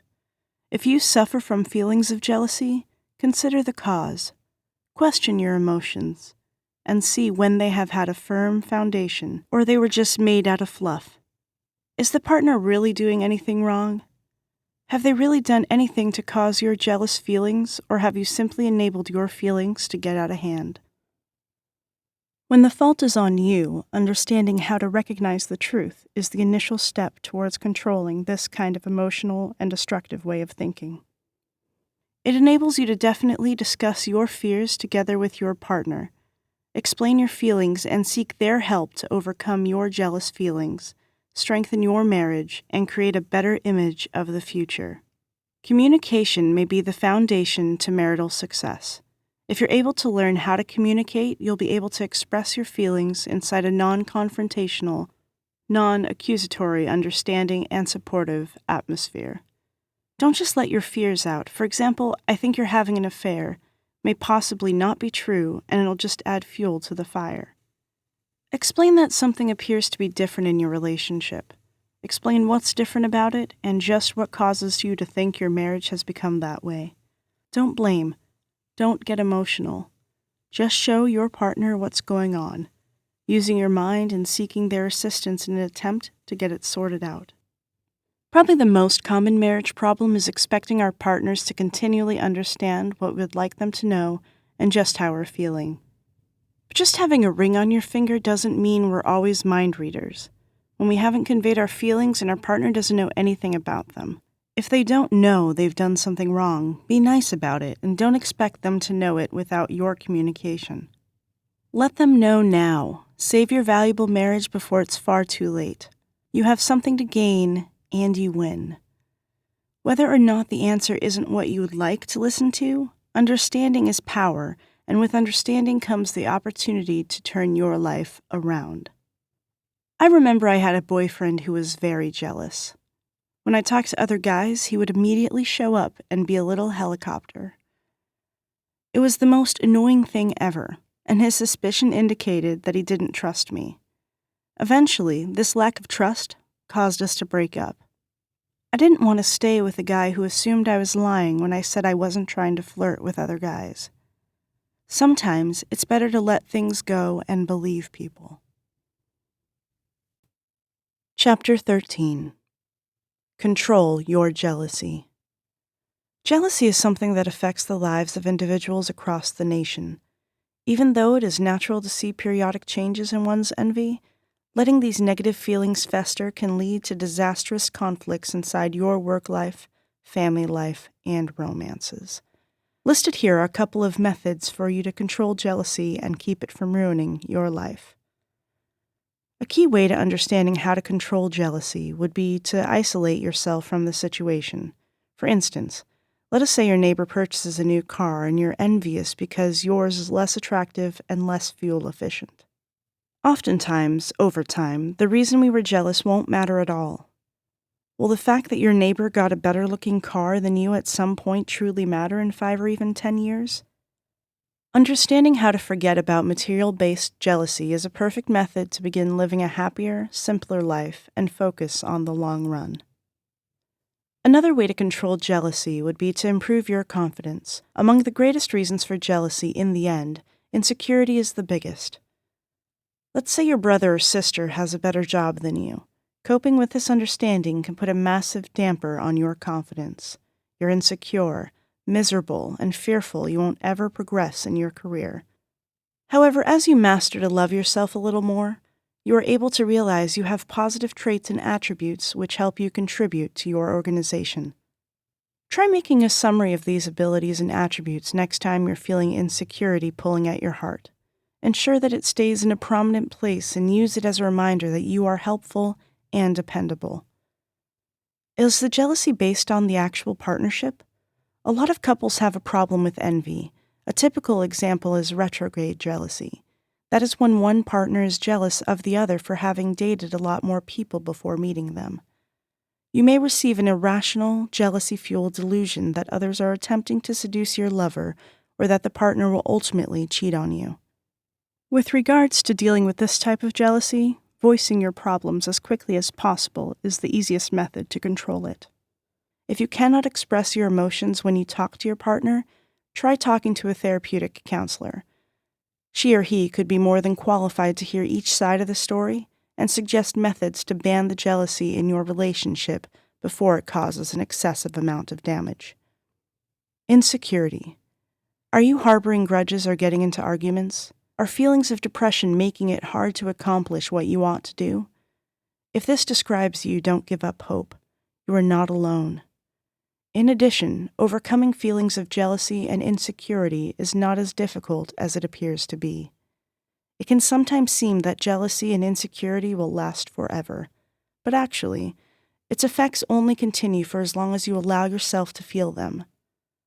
Oftentimes, your emotions of insecurity may convince you that you won't ever obtain a greater grade on your test, receive that promotion, or date the romantic crush you've always dreamt of. Sometimes your jealousy may have you insisting that the one who got what you wanted does not deserve their reward. You may also believe that they cheated or that they are simply lucky. It's hard to conceive when you do your best that someone else is more successful, better looking, or happier in life. No matter your reason for being jealous, your emotions of jealousy and insecurity can greatly cripple your day-to-day life. Keeping those feelings suppressed and unvoiced is extremely harmful. It will not only harm your mental and emotional health, but the lingering results can turn into stress and anger, which might even damage your physical health too. For this reason, talking about your issues before they become too severe is among the best means of overcoming jealousy and insecurity. I already mentioned this, but I cannot emphasize it enough. Talk, talk, talk. This can be done by contacting your friends and family. They can comfort and encourage you. They might even have the ability to offer suggestions about how to approach the problem, solutions and ideas that you never might have thought of by yourself. Even when they simply listen, getting this negativity off your chest can help significantly. Visiting a counselor regarding your insecurity is yet another good method, particularly if you feel your feelings are affecting you seriously. She or he will have the ability to provide you with professional, impartial advice. Your counselor might also find the main problem, like an event in your past that could have triggered this sort of feeling. Oftentimes, individuals who see therapists do not know that their jealousy stems from such occurrences. Once you understand why you have this sort of feeling of fear, frustration, or depression, you'll be able to start letting the issue go. Chapter 14. Jealousy and Loneliness. Experiencing jealousy isn't fun. There's the overwhelming feeling that life is just not fair, the gnawing frustration, as well as periods of self-loathing. What lots of people don't understand is the fact that jealousy is not always a petty feeling that's easily ignored. Like chronic depression, anxiety, or anger, it's a condition that needs to be treated in steps. Listed here are a couple of suggestions of steps to take to overcome your personal feelings of jealousy. The initial step is acknowledging that you're jealous.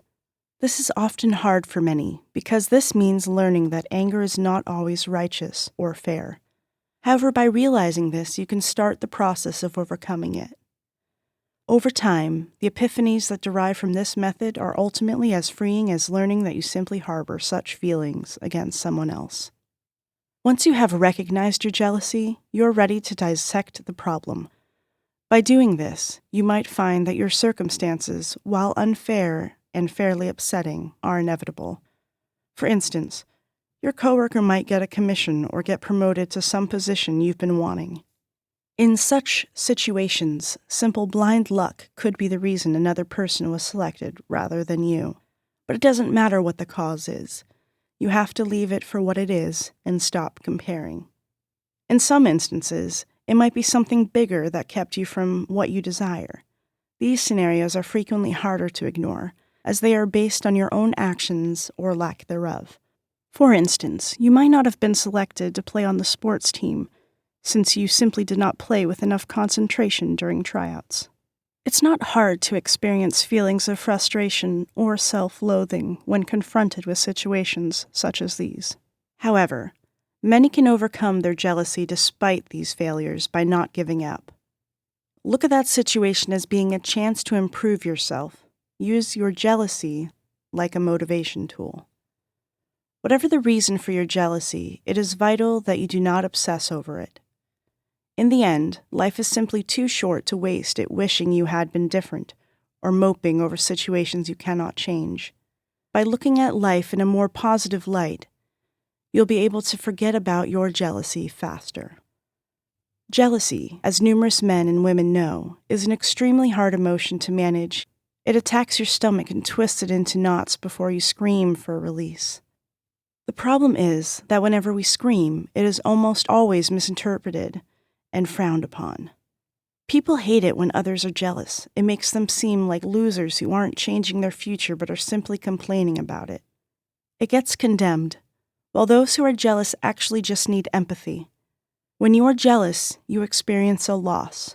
You mourn over the fact that someone else seems to be doing better than you. Jealousy has a mind of its own which is strong enough to make us believe things that aren't even there, or which have not happened yet. It is different from simply being suspicious. Jealousy can obscure our minds. Jealousy makes us worry and puts the brain into a prison that some people cannot escape. It locks the door and doesn't let us out until it really wants to. Jealousy will keep the brain from sleep, since it recognizes that sleep gives us strength that will help us battle it. It can have a bad effect on your health, and that makes it even harder. Jealousy knows no rational thinking. This makes it very difficult to get support from people around us. Once we do, it is hard to explain why we react the way we do if we are plagued by this horrible emotion. Jealousy comes with a weakness, though, and that's love and trust, helping each other find methods to combat this nasty thing that grows within us. Jealousy is extremely connected to, or might even be brought on by, one's low self-esteem. But sometimes we just compare ourselves to others and we don't like how fast they've progressed. Instead of condemning this feeling, try to embrace it and accept that life doesn't have to be fair and that we don't have to compete with that other person. We can progress at our own speed. Because people often condemn jealousy, it can lead to loneliness. We wish someone else understood our loss and sorrow. We wish for things we don't have, and others tell us to be grateful for what we do have. This is difficult and pulls us down into the loneliest place.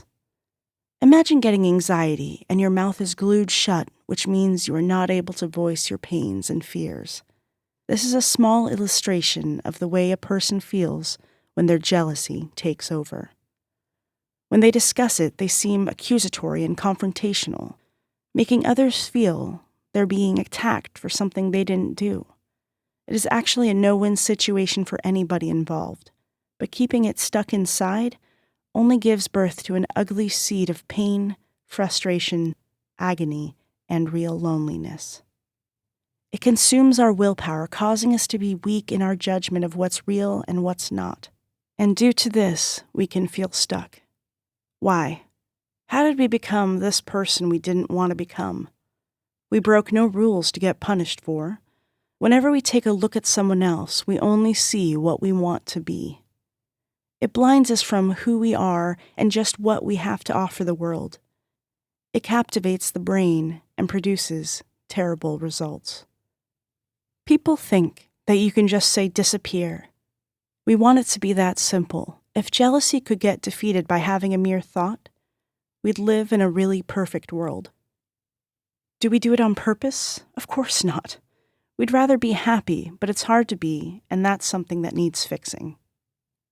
Jealousy has a cure. It's love. Love conquers all. If you notice someone is jealous, you need to be there for him or her.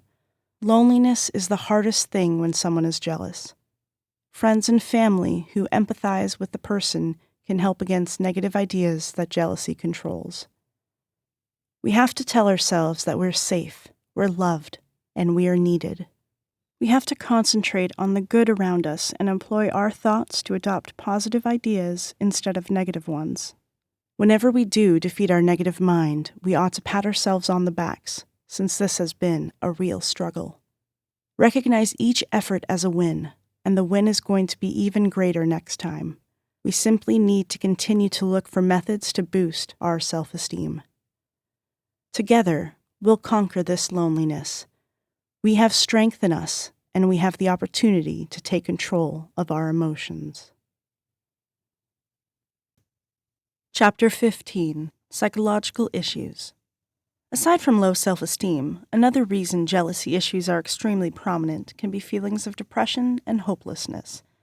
For instance, let us say you did not obtain the raise you desired at work. Or if you're self-employed, someone else might be making more money with their business, accelerating faster than you. Comparing is the big issue here. Stop comparing yourself to others and instead compare yourself to how you used to be. Even if you didn't make much progress in your own eyes, look at what you've learned over the years. Instead of constantly wishing you were someone else, get over it and make things happen. Now, how do you do that? Well, the main point is to stop being so hard on yourself and accept that you don't have to be the best at everything. Sometimes coping with jealousy issues may take a great deal of time. However, you'll feel far better for getting this done. In regard to the psychological explanation of where jealousy comes from, you will be amazed at how much there is to understand. Research has shown that an essential part of overcoming jealousy is through more self-examination. Some of us get more competitive than others, but if you look at life, it doesn't really matter. Let me tell you a story. As a teenager, I was a little fanatic about basketball. I played it every day and got better and better. I was the best in my class, one of the best on our city team, and often did all the funny tricks on the outside courts when the weather was good enough. Then I signed up for a basketball camp. All the previous NBA stars and WNBA stars I looked up to suddenly appeared like insignificant nobodies to me. Why? Because some of the people at the camp were better than I was, but I had no respect for them. I lost my respect when they made arrogant comments, played dirty, or had the whole, "look at me, I own the world" attitude. I couldn't stand them, and I certainly didn't look up to them.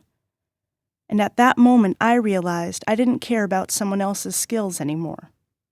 Instead, I cared more about how nice of a person they were. My point is this: sometimes we look up to others, only to find out that we're happy to be who we are instead of trying to be someone else. I also realized our feelings of jealousy all come from something we call ego. Why do we have to be the prettiest, the richest, or the most skillful? Why can't we be happy for others and be content with ourselves? Who whispers in our ear that we're not good enough, that we can never be satisfied about life? I'm asking you to tell that voice to shut up. It's not you. You are good enough. Though we should always strive to do better, this striving itself is what counts, not always the results. If you have been abused, bullied, or somehow have experienced the ugly nature of some human beings, it's hard to resist the urge to seek revenge, to stand out, or to show them they are wrong about you. But have you ever considered their opinion doesn't matter? Screw them. Who cares what other people think? You don't have to make everyone like you. The most successful people often have the most haters. You can be yourself and progress at your own pace. If you're a better person today than you were yesterday, you've made progress. If you're not, then start working on that. The heck with people on Facebook or whatever platform who show off their fake perfect lives. The heck with people who tell you they made $20,000 because they were smart enough to figure out the system. The heck with those who seem to laugh at you because they have bigger boobs, a younger face, or more successful kids. All these people have problems too, and even if they have less problems, they don't matter. You have to work on yourself. Careful whom you choose to be your role models. Some of these phonies have as many problems as anyone, but are afraid to reveal it.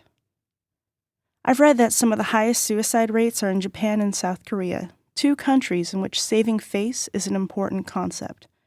Even though these countries are highly developed and comparatively rich, it seems like the big problem is that everyone is measuring up and trying to be perfect.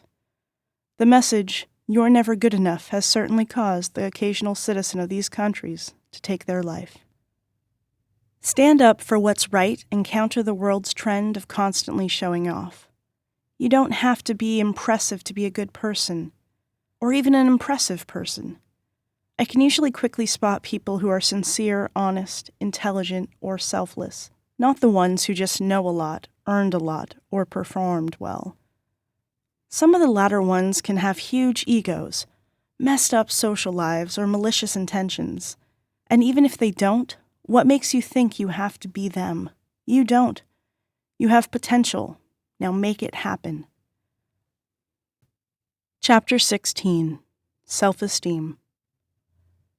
Once you have given your confidence levels a boost, you will find that it's not hard to conquer low self-esteem and jealousy.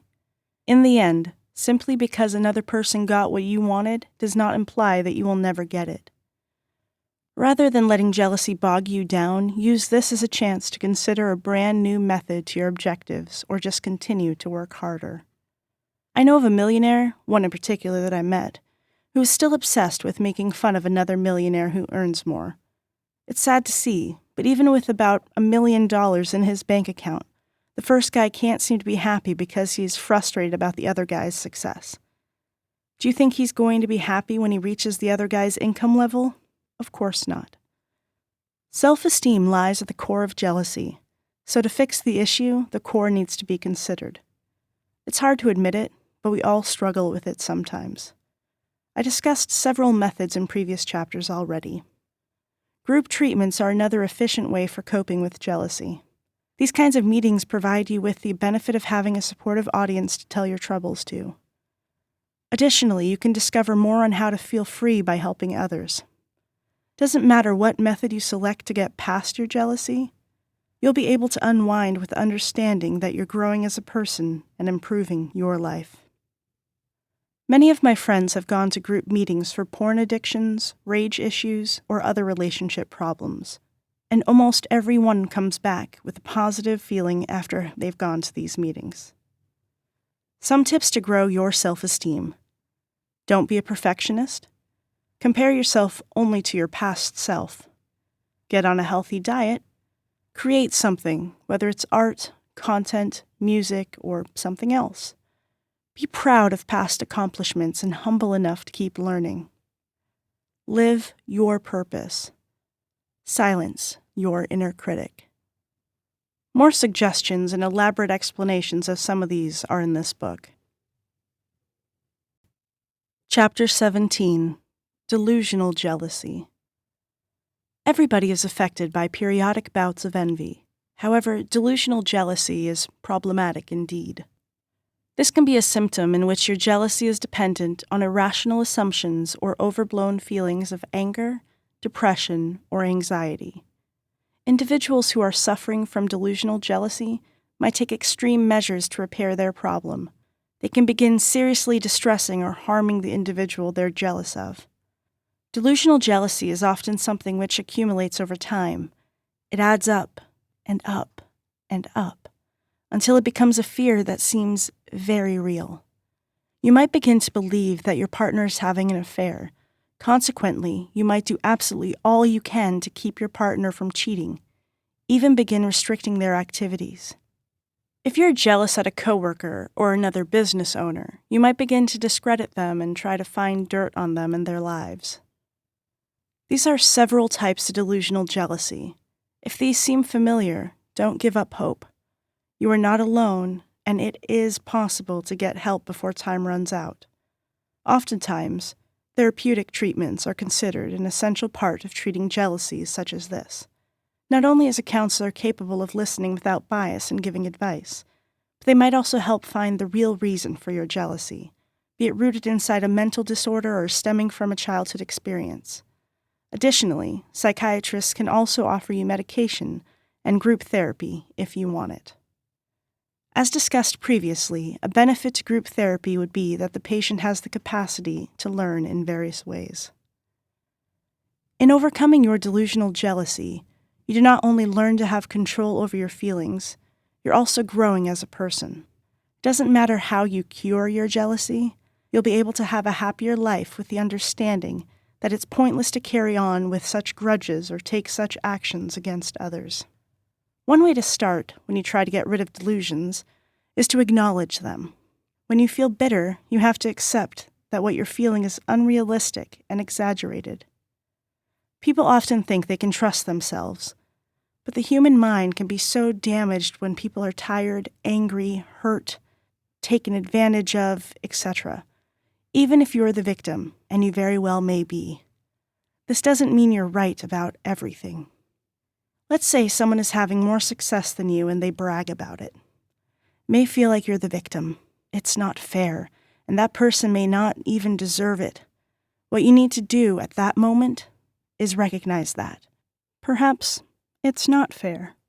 You don't have to convince everyone else of this fact. It's simple and true. It's not fun. It's awful. Nobody in your shoes would like to experience this.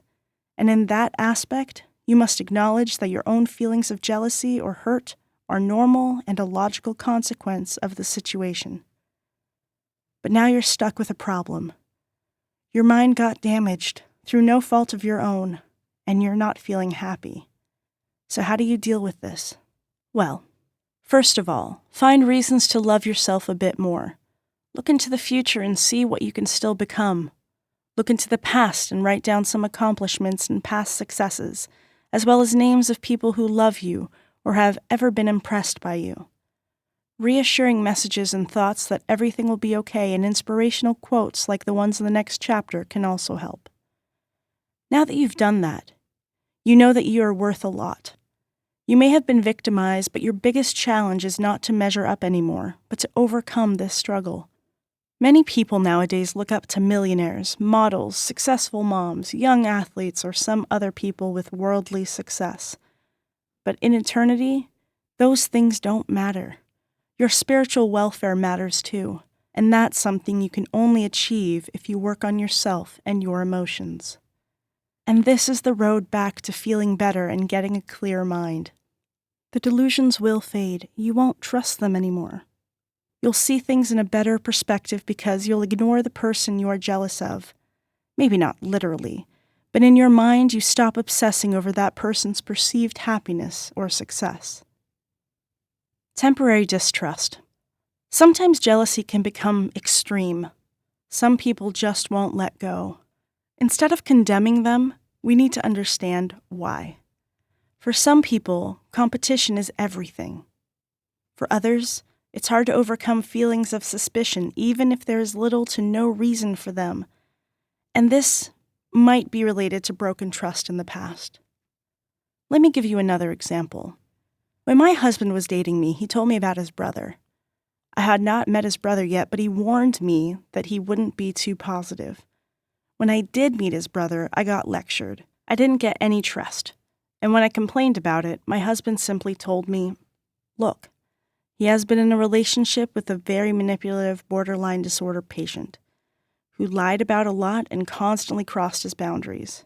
He's had suicidal thoughts and depressive symptoms. His trust in women in general has been temporarily damaged. He's been traumatized by something he didn't see coming. And now he just has a hard time trusting his judgment, let alone mine. You need to give him some time." I did. I gave him some time. Eventually he saw that I wasn't manipulative or crazy, and that our relationship lasted, and I understood that he was not to blame. Now, for someone whose parents were abusive in any way, this may be even harder, because their trust has been broken over and over again as kids, and it will take longer to recover from this. Chapter 18. Jealousy Quotes. Quotes on jealousy are relatively simple to find, whether the envy is based on romantic love, the workplace, information, or friendship. There are millions of different authors, poets, and philosophers who've had something to say about the problem. Regardless of whether you are simply searching for sympathy or you want to increase your knowledge, using quotes on jealousy is a great way to assist you to be prepared for when a time like that comes. Many use quotes on jealousy in an effort to think positively. You might not think at first that using quotes on jealousy is going to do much, but it really helps to understand that somebody is supportive to your plight or once experienced something similar to the problem you have, even when that individual has already been dead for centuries. Quotes will also be good sources for inspiration. Try keeping many of them on hand to boost your mood whenever you feel your negativity start to dominate. If you refer to them during difficult situations, you'll be able to understand that your circumstances are not as bad as you think. You may even find quotes which will educate you on how to approach jealousy in ways you might not have considered otherwise. There are more techniques that are helpful to cure jealousy, including writing your feelings down, facing the cause of it, or talking to someone else about it. However, if you keep quotes nearby, you'll be able to focus your mind on positive thoughts with confidence, which is an essential part of eliminating your all-consuming envy. Quotes on jealousy aren't difficult to come by. You could reference them in a number of locations online. There are websites dedicated to quotes like this. You may also take a look at quote books from your local library. Jealousy is a disease. Love is a healthy condition. The immature mind often mistakes one for the other or assumes that the greater the love, the greater the jealousy. In fact, they're almost incompatible. One emotion hardly leaves room for the other. Robert A. Heinlein. Jealousy, that dragon which slays love under the pretense of keeping it alive. Havelock Ellis. The thermometer of success is merely the jealousy of the malcontents. Salvador Dali. You can only be jealous of someone who has something you think you ought to have yourself. Margaret Atwood. What sort of love is permeated by jealousy? You are jealous because you are unaware that everything you need is inside you. Peter Deneuve. A competent and self-confident person is incapable of jealousy in anything. Jealousy is invariably a symptom of neurotic insecurity. Robert A. Heinlein. Jealousy is both reasonable and belongs to reasonable men, while envy is base and belongs to the base. For the one makes himself get good things by jealousy, while the other does not allow his neighbor to have them through envy. By Aristotle. The jealous are troublesome to others, but a torment to themselves. William Penn. The jealous are possessed by a mad devil and a dull spirit at the same time. Johann Caspar Lavater. Jealousy is the tribute mediocrity pays to genius. Fulton J. Sheen. Chapter 19. Cope with Jealousy. Finding out how to deal with jealousy isn't a simple factor, particularly when the incident continues to be fresh in your thoughts. The first feelings of bitterness, disappointment, and frustration can be very intolerable. However, after a while you'll be able to distance yourself more from the problem, and you will find that dealing with the jealousy is not as impossible as it appears. How will you learn to deal with jealousy? There are a number of ways to confront these feelings. The purpose of coping with jealousy, however, isn't to resolve the issue that caused it, but to carry on living a content, healthy life regardless of it. This might mean accepting the terms having a couple of uncomfortable realities, but over time you'll feel much better for having grown emotionally. You can't always force feelings to fade quicker than you want them to, but accepting them until they do is part of the healing process. Among the first stages in how to handle jealousy would be to understand that simply because someone accomplished something or received something does not mean that you're not capable of having your desires fulfilled. I mentioned this earlier, but I keep coming back to this because it's so important. Because of this, many learn how to deal with jealousy using the emotion inside in a constructive way. Quite simply, they will use their intense feelings of envy like a motivational tool, thus growing their productivity and ambition. Fear is another thing that gets in our way. Are you afraid or worried about the future? Because if you knew, for instance, that everything was going to be okay in a few days, a few years, etc., would you really fuss over the same things? The hardest part of anything is not knowing the future. Sure, we partially shape our own future, but there are many things that are out of our control. For instance, would you fuss over finances if you knew you'd pay off any remaining bills or loans in a few years? Would you be afraid to lose your partner if you foresaw that a year from now your marriage would be much better? Would you be worried about your cancer treatment if you knew everything would be taken care of in a year or two? Ignorance is difficult. We all want to know what's coming to us. Let's look at a couple, an example that has been shared online. The husband was afraid that his wife was cheating on him. They'd been having problems, and she was spending more and more time away from home, apparently to help her friends. The husband did not believe her for 1 second and used his time hanging out at home, dialing her cell phone number, as well as on several occasions cruising around town to find out if he could see her on a date with another man. When she came home, she'd be relentlessly grouchy, and over time, she shut him out entirely. Communication dried out, and the relationship was, as it seemed, basically over. He looked dreadful, worn out, overwrought, and overweight. His skin was bad, his breath was nasty, and he displayed all the classic indications of a man who'd been beaten up internally. Not to mention, all of this desperation and jealousy wasn't only making them sad and sick, it had been driving her further away, too. His insufficient trust in her wasn't only deeply insulting, but was eroding anything good they had ever endured. Now the husband anxiously wanted to get away from this horrible mess, and he was willing to totally change his perspective and behaviors. I'm certain about the fact that letting your jealousy show is a fail-safe method to lose your dignity, dismantle one's self-esteem, and maybe even ruin your life. There's not much that ruins a good reputation, trust, and a marriage quicker than jealousy. It often creates anxiety, anger, loneliness, hate, and fear. Nobody thinks clearly when they are jealous. Gaining trust when you have a jealous individual is a real drag, too. Jealousy helps make the person unattractive, even transforming them from lover and supporter to enemy. Nobody wants a jealous partner, and no one likes being jealous. So why is everyone a little jealous then? In my opinion, there are a variety of reasons. However, the primary cause is a breakdown in communications, which usually happens for one of two reasons. 1. Something has changed, and for whatever reason, you do not feel in a position to communicate freely and honestly any longer with your partner. 2. Possibly either partners are manipulating their ability by withholding information caused by anger, hurt, or maybe even plain thoughtlessness. Both situations create communication black holes that are then easily filled with fear, rage, and fantasy. Communication can help the jealous man open up. Questions arise such as, has she found someone she likes much better than me? Is she having an affair? Is she likely to leave me?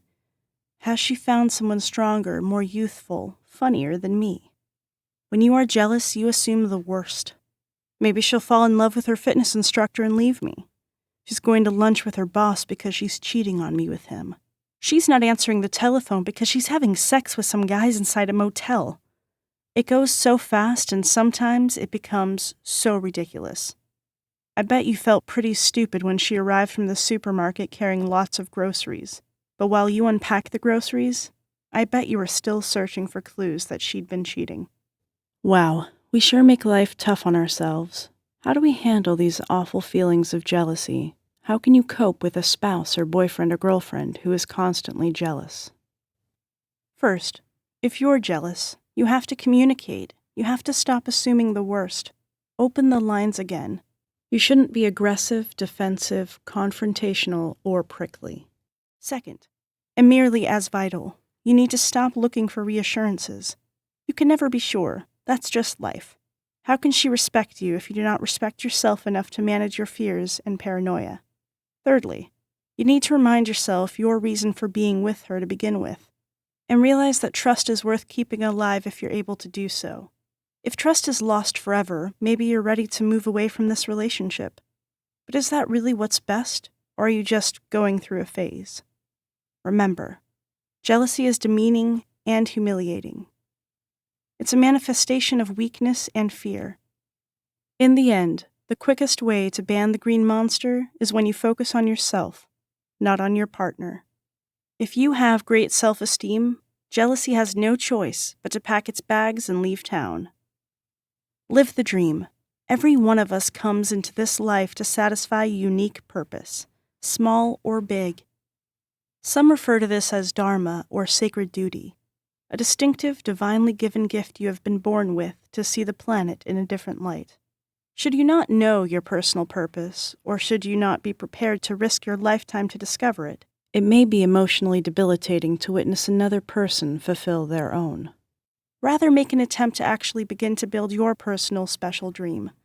Begin with a specific direction, and you'll soon end up too busy going after your various talents, passions, and interests to keep score of anybody else's. Be authentic. Being fake is really a sure sign you may be suppressing your very best self, which could trigger a wish to suppress others' success, confidence, or fortune. By increasing consciousness of your authentic ideas, feelings, and attitudes in the moment, and providing yourself permission to honestly express them, even when unpopular, you'll rid yourself of anything negative and allow your personal light to shine.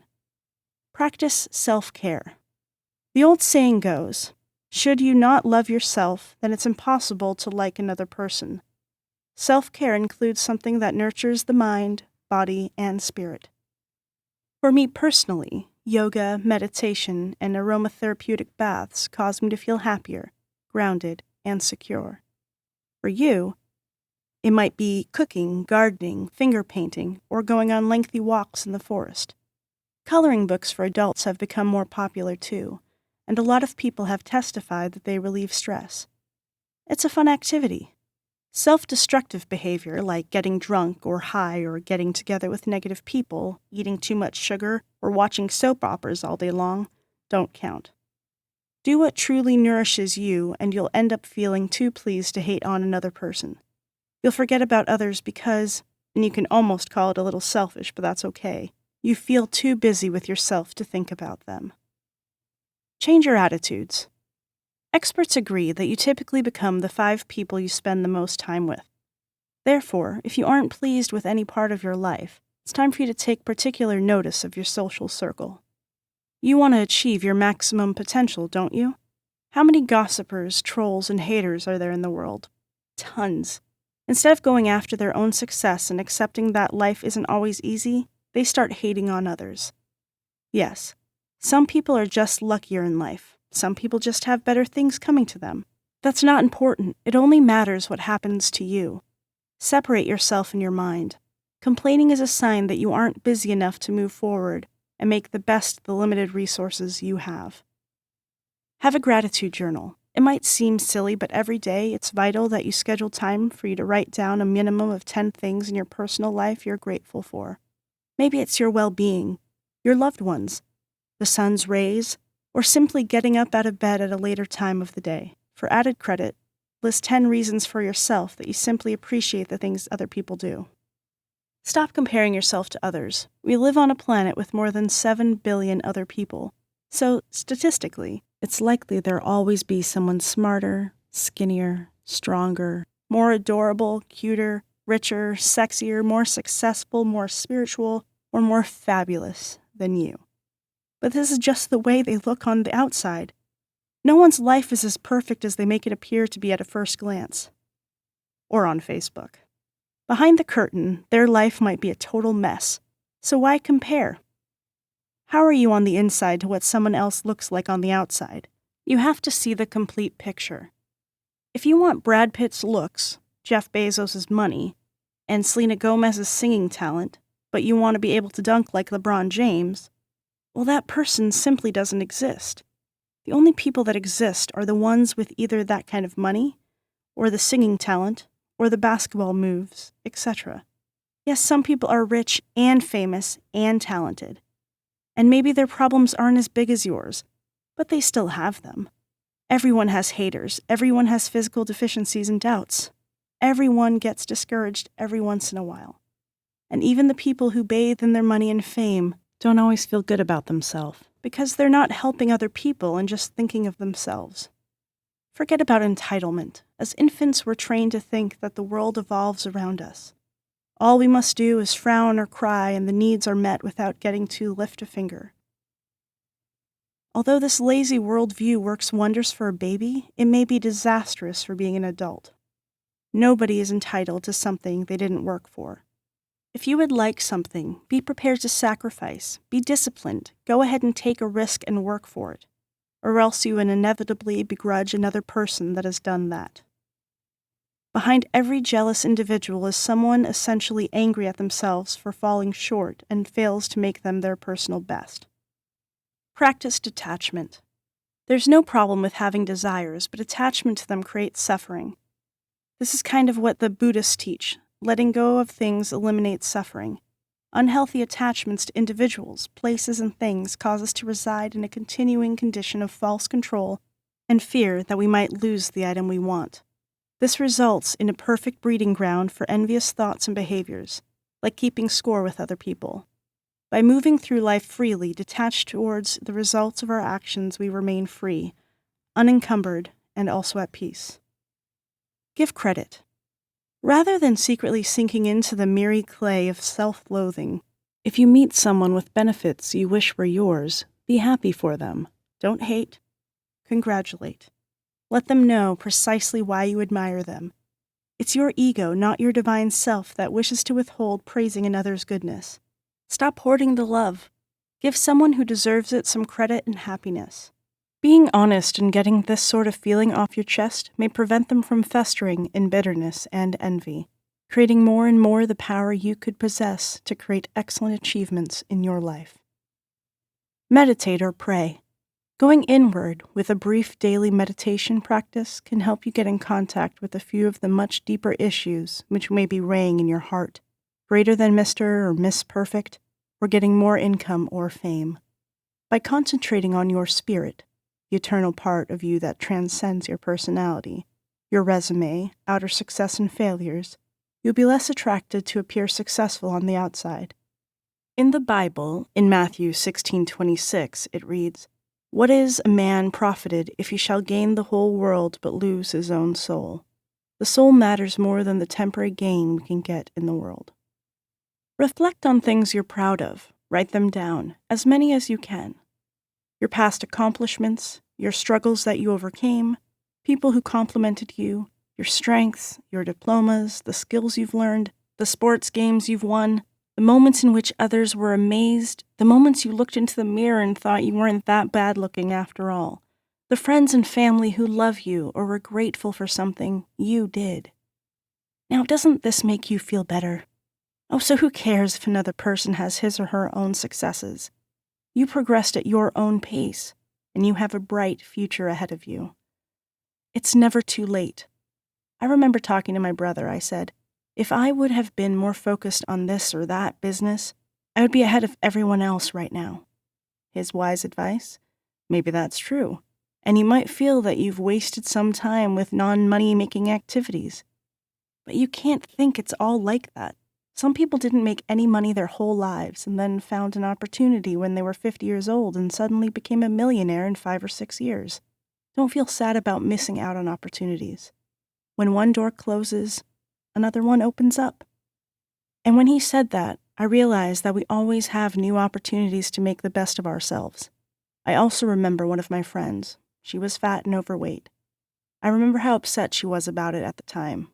Years later, however, I saw her again and almost didn't recognize her. She was skinnier and more attractive, and she felt better about herself. So instead of feeling jealous of what another has done, go at your own speed and work towards improving your own life. As I said before, being jealous is not the same as being suspicious. There can be a good reason for being suspicious. If we were never suspicious, everyone could get away with lies or take advantage of us. But being overly suspicious becomes a problem when there is no reason, or when your assumptions are becoming so far-fetched that it starts to irate people, and that those who are worthy of trust aren't being trusted. And that's when you might have a serious problem. Trust issues that are based on past traumas need to be resolved, and your faith in others who can be trusted needs to be restored. At the closing of this chapter, I would like to impress on you that it is my wish for you to become free of feelings of jealousy. I hope you can live a happy life and that you'll find solutions to live with, eliminate, or use feelings of jealousy or envy to create a better life. You'll find more fulfillment in life if you're not always trying to compete or trying to be better than someone else. You'll find more peace of mind if you can let your partner go with the reassurance that you can trust that person's word. Good luck. Chapter 20. Jealousy in Relationships. How come a person feels jealous? Maybe the relationship was too weak to begin with. When the relationship is strong and both are committed, should one feel jealous at all? Or is there something in a person's genes? How can someone be jealous if everything seems to be working out just fine? Does it relate to one's past? Or why must she feel jealous? But jealousy is still a fact of life. It can be there, whether we like it or not. Let's examine better what jealousy is and where it comes from. Let's look at a simple example. Say your son or daughter loves your neighbors and she or he is every bit mindful to them. Can you feel jealous of this or proud of this? Can you try to remove your son or daughter from the neighbors or forbid them to go? Can you confront the neighbors? You might do nothing at all. What if your little one is substituted with your partner? Your reaction might be entirely different. If so, why? What's the difference in both situations? It's the suspicion, the fantasy, and the imagination that something might be happening. The primary difference is belief. You have a complete belief that the child might run around and have fun with lots of people around the day, but they'll go back to you during the night, or maybe hungry, or maybe hurt. Am I right?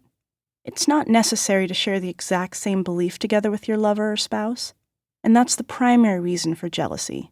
Somewhere in your thoughts, you're always curious about how you look, your intelligence, your relationship skills, and all sorts of additional factors that could break your relationship, making your partner more vulnerable to get into another relationship.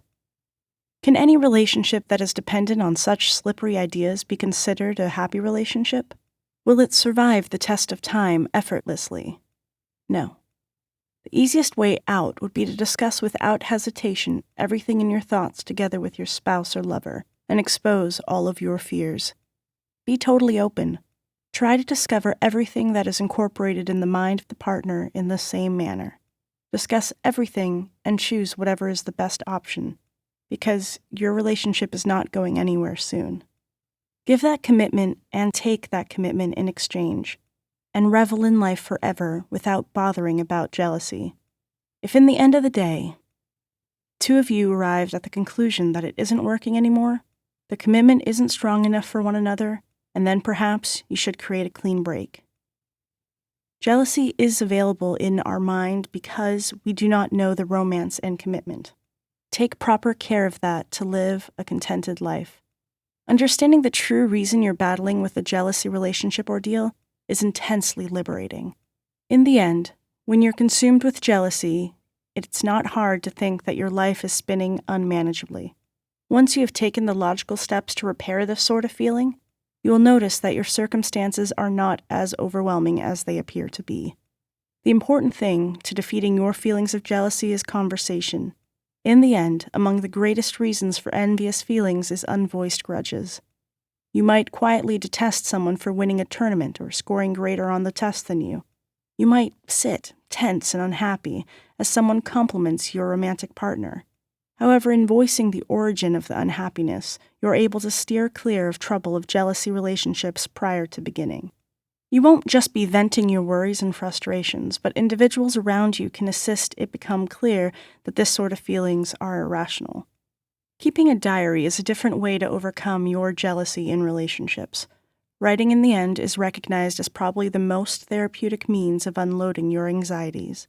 It's not only a great way to clear the mind, but you will find the benefit of having the ability to appreciate every day the incident once you have calmed down just a little. This enables you to definitely see the problem from a new perspective. In case your jealousy is beginning to interfere with your personal life or at work, you might want to consider therapy as a second alternative. A counselor can give you a calm, neutral listening ear to vent your troubles to. In contrast to your friends or family members, there's no bias or reluctance to let you know exactly what you ought to know. She or he can also get an informed, qualified background for coping with your own personal problem. Your counselor will have the ability to suggest methods to defeat your jealousy in your relationships. But she or he may also be in a position to uncover the main underlying reasons of this problem. Once you have learned this, you will notice that it's significantly simpler to see your feelings of anger and jealousy for what they really are: insecurities. Romantic jealousy. With regards to romantic jealousy, it's not hard to lapse into negative thinking. You might, for instance, feel angry at the person you are romantically thinking about for selecting another person. You may even feel angry at the person she or he chose. You might want to check into the relationship and confront them to ultimately choose her or him, or you. This sort of feeling is totally natural and you should not be embarrassed about it. However, you should not permit these feelings to rule your life either. What you do with it is what matters most. Even though the disappointment might be crushing, it will not last forever. Understanding that is among the greatest steps in working with romantic jealousy. You might feel at the time you won't ever find other people. However, after a while, the tough immediacy of those feelings will fade, and you will notice that there is no need to resign to a life filled with unhappiness. You will likely find someone else, and there is a lot of comfort in that. How will you overcome romantic jealousy? While the passing of time is oftentimes essential for the process of recovery, there are lots of other methods for you to ease your discomfort. Romantic feelings come and go. Just understand that it has a lot to do with hormones, social pressure, oxytocin, dopamine, and other circumstances. It can be related to the feelings of loss and mourning, the same feelings people have when a loved one dies and a change of plans. We as humans typically like to know what will happen in the future, but we just don't. I remember I dated a guy when it was over between us. I was pretty upset. Not devastated, I guess, but it still hurt. And a long relationship had ended in a bad way. Little did I know I would meet my wonderful husband-to-be a few months later. Chapter 21. Pathology. Pathological envy is an intense conviction that the romantic partner has been unfaithful. This might lead the individual to control their family member enough where they restrict telephone calls and forbid them to speak with other people. Because of this, they've tightly controlled every facet of their partner's life, and they'll still remain convinced that it may still happen. Does this seem familiar? When you get confronted with any of this, be assured that you are not alone. It happens all the time, even when people try to hide it from the world. If you see your partner acting abnormally possessive, confront them about this. Question them why they think they are doing this and why they want to control you a lot. In getting the issue to come to light in whatsoever confrontational way you think is best, you might be able to consider the actual reason your romantic partner is showing indications of pathological jealousy. Should you still need to make your relationship work, you can visit a couples counselor relating to your partner's pathological jealousy. Especially when it comes to pathology, counselors can help. If you think your partner's actions are rooted in mental illness, you might want to consider visiting a mental health specialist, because these professionals can describe medicine in addition to advice and encouragement. You may even be thinking about group therapy for you and your partner's pathological jealousy. You won't just have the ability to vent your troubles, but you'll be able to understand them and also learn from others. Pathological jealousy might have devastating effects on any relationship. In trying to help cure you and your partner's irrational anger, anxiety, and depression, you're both doing your part to develop like a devoted couple. However, if you think your partner isn't improving, you might want to consider ending the relationship. You might have seen Dr. Phil shows in which some relationships were impossible to heal. In the end, pathological jealousy of this level can lead to you being seriously injured, physically, psychologically, and/or emotionally. Chapter 22. Retroactive jealousy. Retroactive jealousy is a rare and not commonly acknowledged problem that nonetheless affects many relationships. Basically, this type of jealousy is when you're envious of the partner's previous partners. This can be from you dwelling over the truth that an old partner had a better job than you, to believing that the previous partner was more physically attractive or better in bed. Surprisingly, retroactive jealousy is one thing that disturbs both men and women. It is possible to overcome this sort of feeling, however. Listed here are a couple of tips about how to do that the best way. The most crucial key to solving retroactive jealousy would be to acknowledge this is not an issue that's brought on by your lover. Neither is it an issue stemming out of your partner's other relationships. What many don't understand is simply that the true cause of the conflict is that you are insecure or afraid, and in retroactive jealousy you are keeping these feelings to yourself. Now don't get me wrong, there are cases in which the partner still has feelings for a previous partner, or compares too much. Anyone who knows the smartest rules of the dating game realizes that bringing up your ex too much is not a good idea. So keep reminding your partner about that if they do. If they need to talk about their ex, let them talk to someone else. Regrettably, shedding your jealousy might not be easy, particularly if your partner's former partner still affects your life in some way. For example, through joint custody of the children. Oftentimes, you might feel annoyed that someone your partner once dated is someone you know. However, you need to keep in mind that your partner's past need not affect your current relationship. You can start to look at your emotions of jealousy by discussing them in more detail together with your partner. Let them know how you are feeling. Discussing your problems prior to letting them begin to fester is an integral part of a good relationship. Another essential part of putting your emotions of jealousy behind you would be to examine yourself. Do you experience feelings of insecurity because your partner once dated others? Instead of endlessly evaluating your appearance, paycheck, or any other attributes of your partner's past relationships, attempt to recall the positive attributes that the partner so adores about you. And remember, eventually your partner chose you, not the others. Finally, in case your low self-esteem causes your emotions of retroactive jealousy to break out, try distancing yourself from them. Can there be a way to improve your confidence and improve yourself?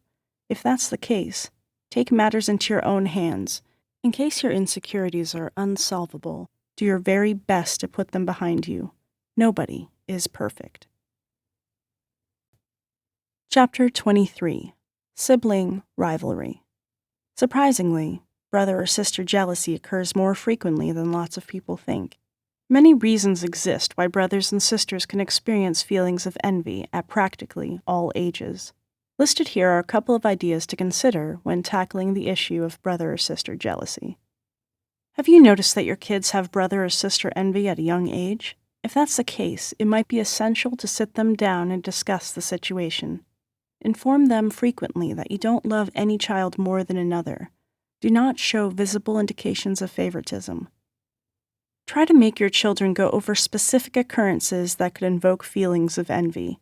By doing this, you might help them uncover just why they have this misconception and stop the development of grudges and ill feelings. If you're experiencing sibling rivalry with your brother or sister, possibly you're ready to sit down and talk to her or him about this. You might initially be reluctant to go over the problem, but over time you'll be much happier that you had the talk.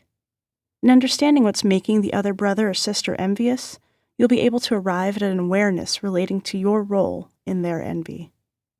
Sibling rivalry can start as early as 2 years old. I remember when our oldest daughter started showing a bit more bad behavior when the new baby was born. Of course, this could just be related to the age, some tension in the home, or something else, but it was obvious that she would say things like, "No, that's my sister," or "I'm your daughter, not her." It's not always easy to compete with your siblings. Instead, try to just be yourself.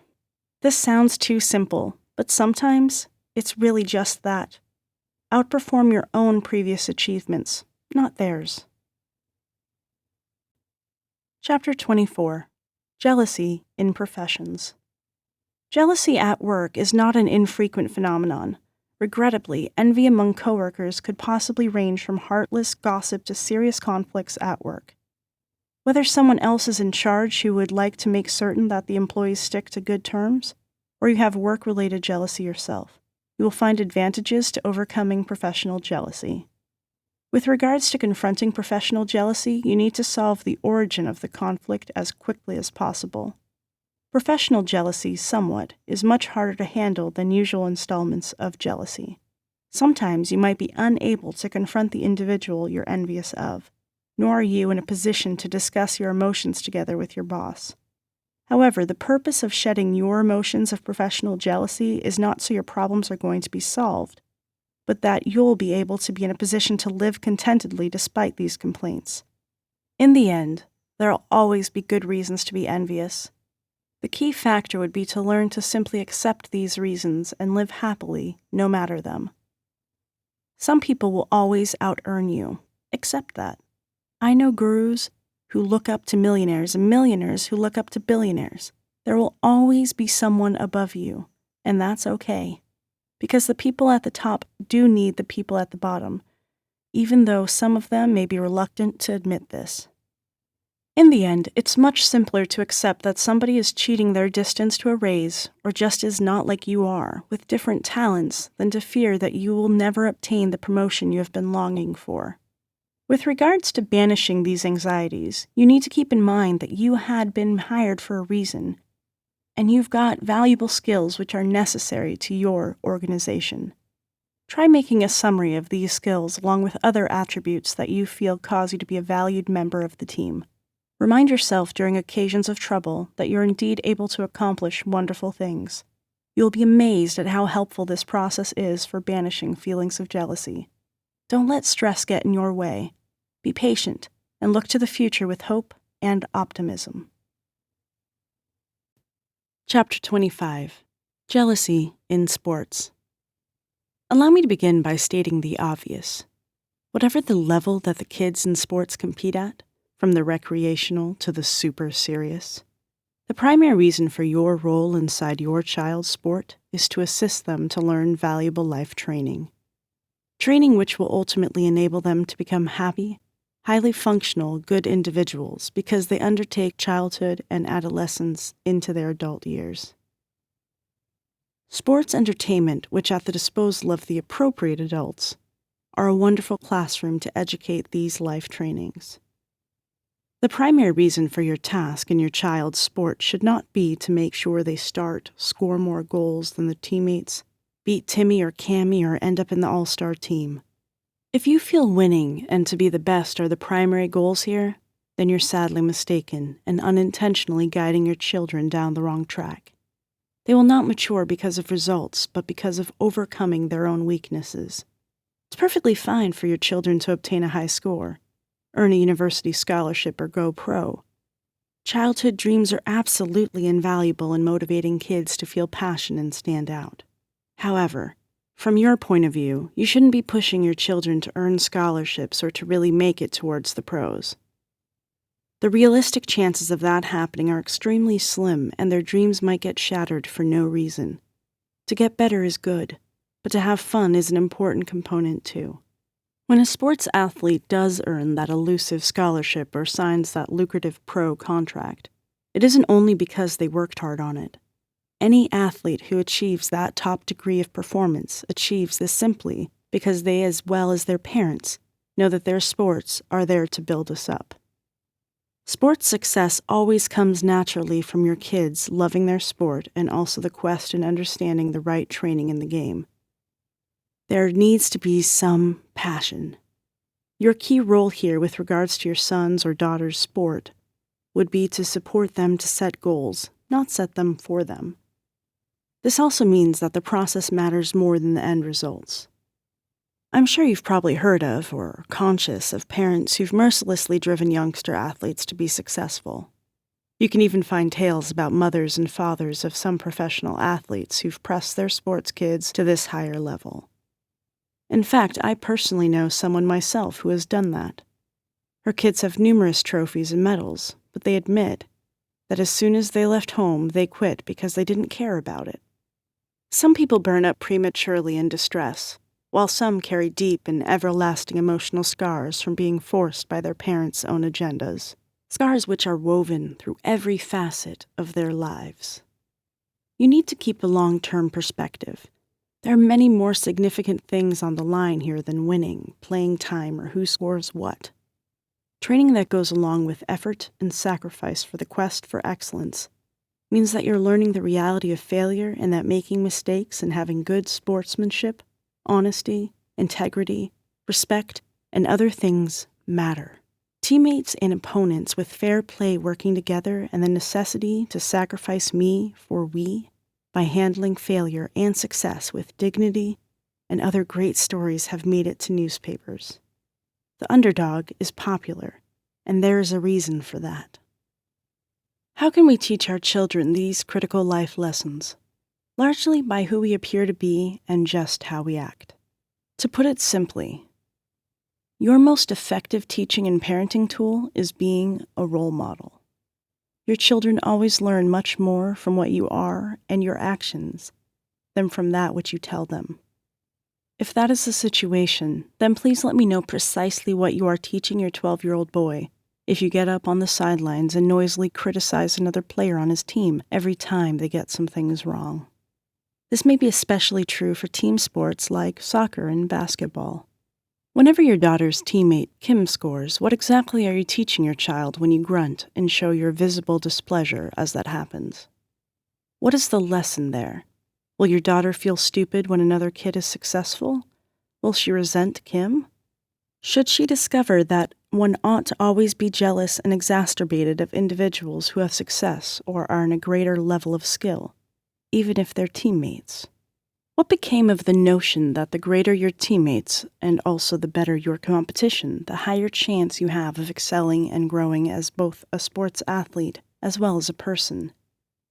And therefore, are you blinded from your jealousy to not understand that Kim is among the best kids around the team? A real leader and somebody who always lifts her teammates up instead of knock them down. You've got an essential role in your child's sports team. How good you play this role will dramatically have an effect on your boy's or daughter's happiness, self-esteem, learning, and quest for excellence both off and on the field. Keep your games in perspective. Support and encourage your son or daughter and everybody on their own team. Love your son or daughter unconditionally, despite of how well they play or the number of mistakes they make. Make certain that the child recognizes that your respect and love on their behalf isn't based mostly on the end result of the game or their number of minutes on the court or field. It's about effort. Tell them you care about them doing their best, and that this is good enough. I remember seeing a girls' basketball team that played another girls' team. The first team was not good at basketball. In fact, they were very clumsy. The coach was a friendly, loving woman who cared about how they felt. She encouraged them to do well, but perhaps she could have used a bit more training on how to help the girls perfect their plays and skills.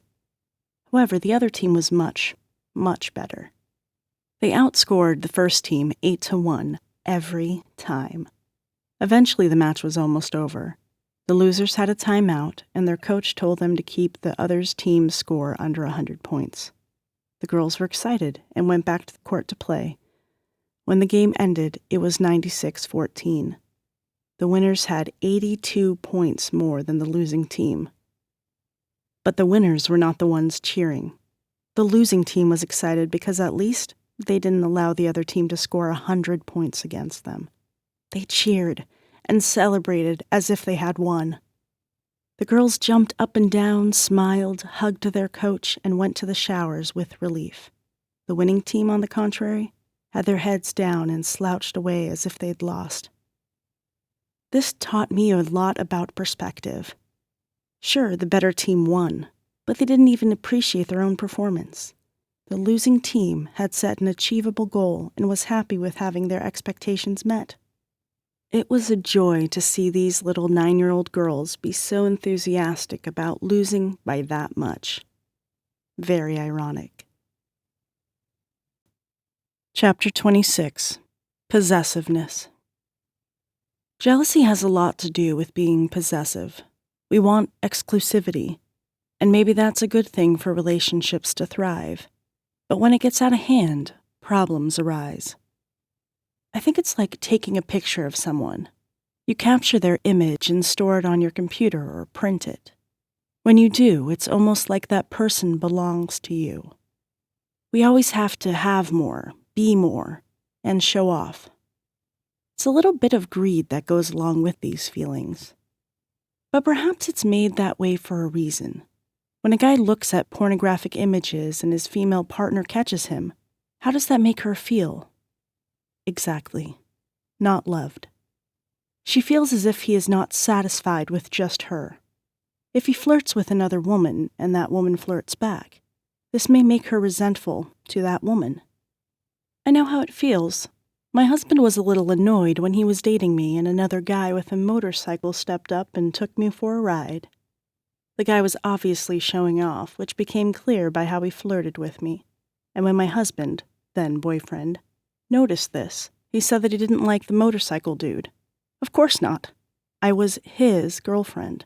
He owned me, right? And maybe this instinct allows us to fight for what we want, to protect our families, or to keep our partners from falling into temptation or broken relationships. We try to keep families intact and happy. But sometimes we want everything. We don't like it when someone has more talent, more money, a better partner, an easier life, or whatever. Not because we hate them, but because we want it ourselves. And that's just a harsh reality all of us have to accept every so often. We cannot have everything we want, and if we do, then at least not now. We need to wait and work towards what we want to have. Most people do. Chapter 27. Sexual Jealousy. In this chapter, we'll answer the question, how is jealousy related to sex? We already touched on jealousy between siblings, in sports, relationships, or at work. In relationships, jealousy and sexuality are closely related. There are primal instincts of nature that can work for our benefit or work against us, and we need to learn how to handle them and use them, not brush these feelings aside. We will discuss this topic in this chapter in the form of some questions and answers. Is sexual jealousy the strongest? Well, it's the most challenging to handle. I will tell you that from general observations, if we are in a serious relationship with someone, we all know rationally that people can't own her or him, but emotionally you want to. Whenever we see a menace to the relationship, it's as though a bit of ourselves has been stolen. We want to find our other half, the other person who completes us physically and emotionally. And secretively, we don't allow anyone else to get in our way. Humans are made this way, and I've seen so many people ignore their own feelings because they got swept away by the current trends of indecency and unfaithfulness. And then, later they wonder why they've been so messed up emotionally. It's because they go against their own nature. Let's say there's no obvious threat. Doesn't jealousy frequently arise anyway? Yes. Freud described 3 kinds of sexual jealousy. Normal jealousy is really a reaction to a genuine threat. Delusional jealousy is generally seen only in psychotic people. They react to totally unreal clues. For example, they hear voices within the television set letting them know their partner is sleeping with the mailman or something. The third type is known as forecasted jealousy. For instance, a guy wants to see other women, but he can't be honest to himself. His inner duplicity leads him to suspect his lady, and then he accuses her to do what he himself hopes to do. This sort of jealousy can frequently exist and can lead to suspicion of rivals who have no clues themselves. Exactly what do you mean? A contractor I know was exceedingly jealous of the men who were at work together with his wife, a lady who managed musical groups. One morning after she finished an appointment, he exploded. "All right, that's it. Who is this Art guy? You've been talking about him on the phone all week." She responded, "Art who?" He got even angrier. "You do know him, Art Nevi or Art Nova." Finally, his wife shot back, "That's Art Nouveau, you idiot." Their marriage soon ended. How else does it arise without a real threat? Insecurity first and foremost. For example, if you would go to a celebration and someone's partner thinks another is having a good time, but a little too good.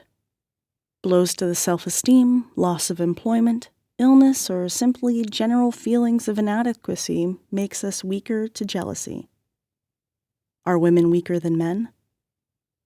I'd always heard that, but I found the alternative to be real. It requires more provocation to create a jealous woman. Why? The first love both sexes know develops from a girl-mom relationship. As a girl matures, she identifies herself as using the mother and incorporates the thought of becoming one herself. So while the possibilities of losing a family member are traumatic, a girl cannot lose that maternal feeling within herself. A guy, though, should always discover that love outside of himself. I've heard many psychologists talk about the first love of a guy, about the first sexual experience, and the oxytocin releases that relate to the bonding process in that guy's brain. It's something that so many men get wrong. They don't wait. They get too curious, and before they know it, their minds have become numb to it, and they have a hard time bonding with their sexual partner because they've bonded so much with previous sexual partners, or even virtual pornographic partners. How frequently do jealous people monitor one another? It's common. They begin dealing with wastebaskets, checking phone bills for strange numbers, driving past a lover's house to determine what cars are parked there, etc. Frequently, they hire a professional spy. Private detectives let me know jealousy surveillance may be their main business venture. Is violence unusual? About 4 or 5 people I interviewed accepted they'd crashed into their lover's car using their own vehicle. Car revenge isn't unusual. Same with tossing dishes and ripping up clothing. A friend once rented an indecent movie and then watched his furniture destroyed by his lover. This isn't just done by psychopaths. I remember talking to a girl who found her parents dead in her home. She talked about it with no emotion. She said that as a young teenager, she entered the home one day and found 2 corpses. Her mom chopped up in pieces, an axe next to it, and her dad with a gunshot in his head and a gun next to him. When I asked her why he had done this, she said it was all because her mother had cheated on him. You think that violence can be a healthy outlet? Absolutely not. Later, these folks think back and are traumatized or embarrassed with themselves, even when it's not an extreme case like with the teenage girl. Today, people wish to be liberated, yet jealous feelings obstruct them from feeling that way. People don't like succumbing to such irrational feelings. They believe they ought to have outgrown such feelings. They know that they have to grow up, but they struggle to do so. So have liberation and feminism not reduced jealousy? On the contrary, jealousy is rising. More women working out of the home, for example, means more social situations and much more possibilities for jealousy to arise. Competition and expectations have increased. Satisfaction rates are dropping and stress levels are rising. Some parts of feminism may not have been the best for society's happiness. Have you discovered that any open marriages have worked? No. Generally, each partner was in a relationship with others simultaneously and also to exactly the same degree. Also, the folks had made the decision at the outset of the relationship that they are likely to be open sexually. Plus, they had discussed freely together what types of things made them jealous. Just being honest and open doesn't mean once you start, your lover won't feel tricked. People are often in self-denial as well. A partner may not admit that he or she will be jealous if the other sleeps with another person, either to justify doing the same or to not be embarrassed about weak feelings of jealousy and having an attitude of being cool about everything. But secretly, feelings arise anyway, and if a partner spends more time with someone else, people tend to feel left out, alone, frustrated, or neglected. Romantic love has to be exclusive. What else could you say about individuals who claim they never get jealous?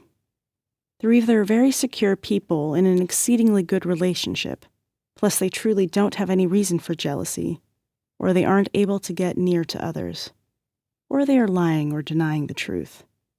Should you not care deeply for other people, then you definitely won't get jealous. Frequently, individuals who can't get close to others have sooner or later experienced such painful jealousy that after that, they guard themselves to the extreme to never feel that way again. That's not unusual, and it often happens in their childhood. How will you increase peace of mind and trust? People who have the tendency to cheat need to look at their partner as someone who is irreplaceable, even when they have a weakness or when they get bored with them.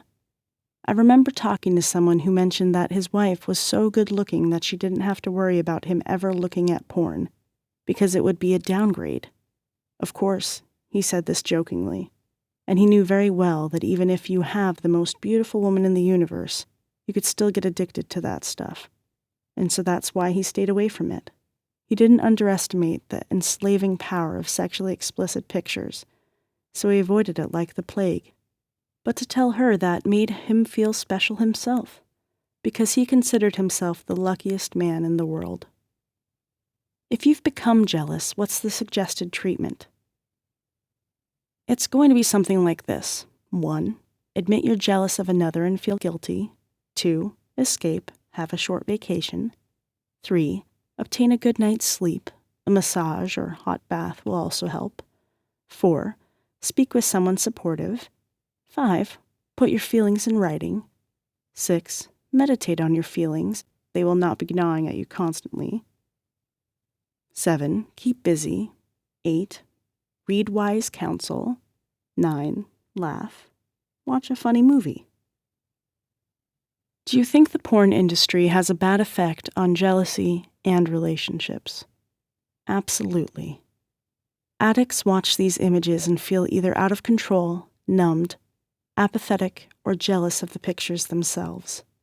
Photographs with exaggerated procreative organs make so many people insecure that they go through surgery, get fake enlargement products, or do whatever else to stand out more without really feeling loved. Partners often feel hurt because they feel that they aren't good or beautiful enough for their addicted partner. It's a real pit of misery, and I advise everyone who is not addicted to stay away from it. I've heard too many stories of broken marriages, months of therapy, emotional damage, and even dark stories about trafficked women who are forced or mistreated in this industry. Do yourself, society, your family, and the victims of this industry a favor and find help if you are an addict. You will look back and see that you're in a better place. What else would you like to add? Try to build self-esteem so you won't feel insecure if you lose something or someone, or if someone does something better than you. If you know your worth, you don't care if someone beats you at something, and you'll be less suspicious in your relationship. Chapter 28. Extreme Jealousy Stories. Here are some stories and quotes from real people, obviously with their names kept secret, that tell the sad tale of extreme jealousy and its destructive consequences. 1. The jealous Saudi husband who divorced his wife after she kissed a horse. Incriminating photos of somebody kissing someone else has surely ended many relationships, but this jealous husband required things a tad too serious.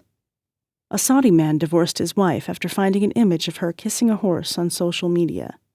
The unnamed lady stated she'd printed the photo of her horsey smooch in a farm near Riyadh, Saudi Arabia, herself. She added that a divorce hasn't made her regret kissing the horse, and that she wasn't upset by splitting from the man who cannot separate humans and creatures. She also stated she's very happy with the image because it expresses her passion for Arabian horses. 2. Britain's most jealous lady makes her man have a lie detector test each time he leaves the home. A woman who makes her husband have a lie detector test to demonstrate he's been faithful each time he leaves the home continues to be identified as having an uncommon condition that triggers delusional jealousy. She is really paranoid that her partner will, so she also checks his phone, email options, and bank statements several times each day for proof of infidelity. The husband, who began dating her this year once they met via a friend, is even banned from watching women on TV or looking at images of them in gossip columns. Doctors have found the lady is struggling with Othello syndrome, a psychological disorder which causes sufferers to think their partners happen to be unfaithful, even without evidence. 3. The jealous boyfriend who used a fundraising event to crash girlfriend's spring break vacation. Miami, Florida, is among the most widely used vacation destinations within the United States. However, for one man, watching his girlfriend visit the town of beautiful scenery and other beautiful people was an excessive amount to deal with. He began a fundraising event to boost enough money to go to Miami along with his girlfriend, so she would not be enticed to cheat on him during spring break. He made his original plea online, where he danced an excellent line between devoted boyfriend and bona fide stalker. Apparently, he got $360 from 29 different donations in only 8 days online. He later updated his page to let everyone know that he and his girlfriend had met up and they were enjoying their spring break together. 4. The man who had been forced to choose between his girlfriend and jealous ex-partner after both jumped into the river to determine who he would save first. A guy found himself in a sticky situation when his current girlfriend and ex both put themselves right into the river to determine which one he loved the most. This happened in China, and the boyfriend had decided after some conflicts to bring them together. Once they were all in Ningbo, in eastern China's Jiang province, the problem went from bad to worse. The women started quarreling. The man's ex-girlfriend felt insulted with a comment made by his current girlfriend, so she leaped into the river, provoking her former lover in to save her. His current girlfriend, fearing he might indeed begin to save his ex-lover, then leaped in too. The guy fixed the problem by jumping in the water in order to save his current girlfriend, after which he took her to the hospital. His brother, who was a fireman, then saved his ex later. They showed up at the scene and helped the heartbroken lady from the water. 5. The jealous wife who chopped off her cheating husband's penis 2 times. After finding that her 32-year-old husband was cheating in Henan province, his wife chopped off his penis as they were sleeping in their bedroom. The man's penis was reattached by surgeons, but his wife visited a healthcare facility room where he'd stayed and chopped off his healing genitalia again. Everything began when the husband didn't remember to sign off of his wife's cell phone after delivering a naughty email to his 21-year-old adulterous lover. She went mad when she saw the email. After chopping his genitals off for the second time, she threw his penis out of the hospital window. It was never found, and it is thought to have been taken by stray cats or dogs. And it gets worse, because after that, a porn company offered him a job, willing to help him out financially and doing more surgery to restore his manhood. 6. The president who gave the right response to a woman's jealous boyfriend. A voter standing beside the President of the United States because he was casting his early ballot for the 2014 elections in Chicago cautioned the commander-in-chief by saying, "Don't touch my girlfriend." The man was waiting with his girlfriend when President Barack Obama showed up in the station in Chicago. The flabbergasted Obama responded, "I really wasn't thinking about it." 7. The jealous man who assaulted his ex-girlfriend when he was having a cornetto. In November 2014, an ex-boyfriend who got jealous when his former partner told him she was seeing another person assaulted her having a cornetto. She called for the police force, but the last thing a police operator heard was the sound of her screaming. The mother was left with a face filled with frozen treats, a broken lip, and a bruised face. The man didn't have previous crimes in his name, but he was put on trial for assaulting his partner of 4 years. His lawyer attempted to excuse him by saying she taunted his client with intimate information regarding her sex life using the unnamed other man. Regardless of the bust-up, the feuding couple is actually together again. Isn't love sweet? 8. The jealous man who smashed his girlfriend's laptop having seen a photograph on her Facebook page and suspecting cheating, even though it was just an image of Mitt Romney. A violent, overbearing boyfriend punched his girlfriend and smashed her computer after becoming jealous of the picture of Mitt Romney published on her Facebook page. He accused her of cheating and having seen a mysterious man on her Facebook page. He was eventually charged with domestic assault and locked up. 9. The jealous girlfriend who stabbed a guy to death who only was texting his boss. In March 2015, a Bronx man texting his boss to tell him he'd be late for work was stabbed to death by his jealous girlfriend, who thought he was texting another girl. He was frequently stabbed in the torso in the middle of a fight with his girlfriend in their apartment. The battle started after he texted his manager to inform him he'd be late. The girl became enraged because she thought he was texting another girl. The innocent guy was pronounced dead in the hospital. The girl, that had no prior arrests, was arrested at the scene. Thanks again for buying my book. If you have a minute, please leave a review. Disclaimer: this information is provided as is.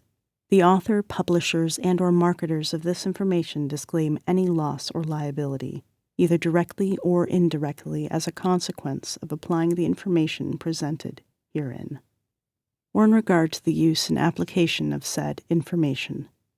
No guarantee is given, either expressed or implied, in regard to the merchantability, accuracy, or acceptability of this information. The pages within this ebook have been copyrighted.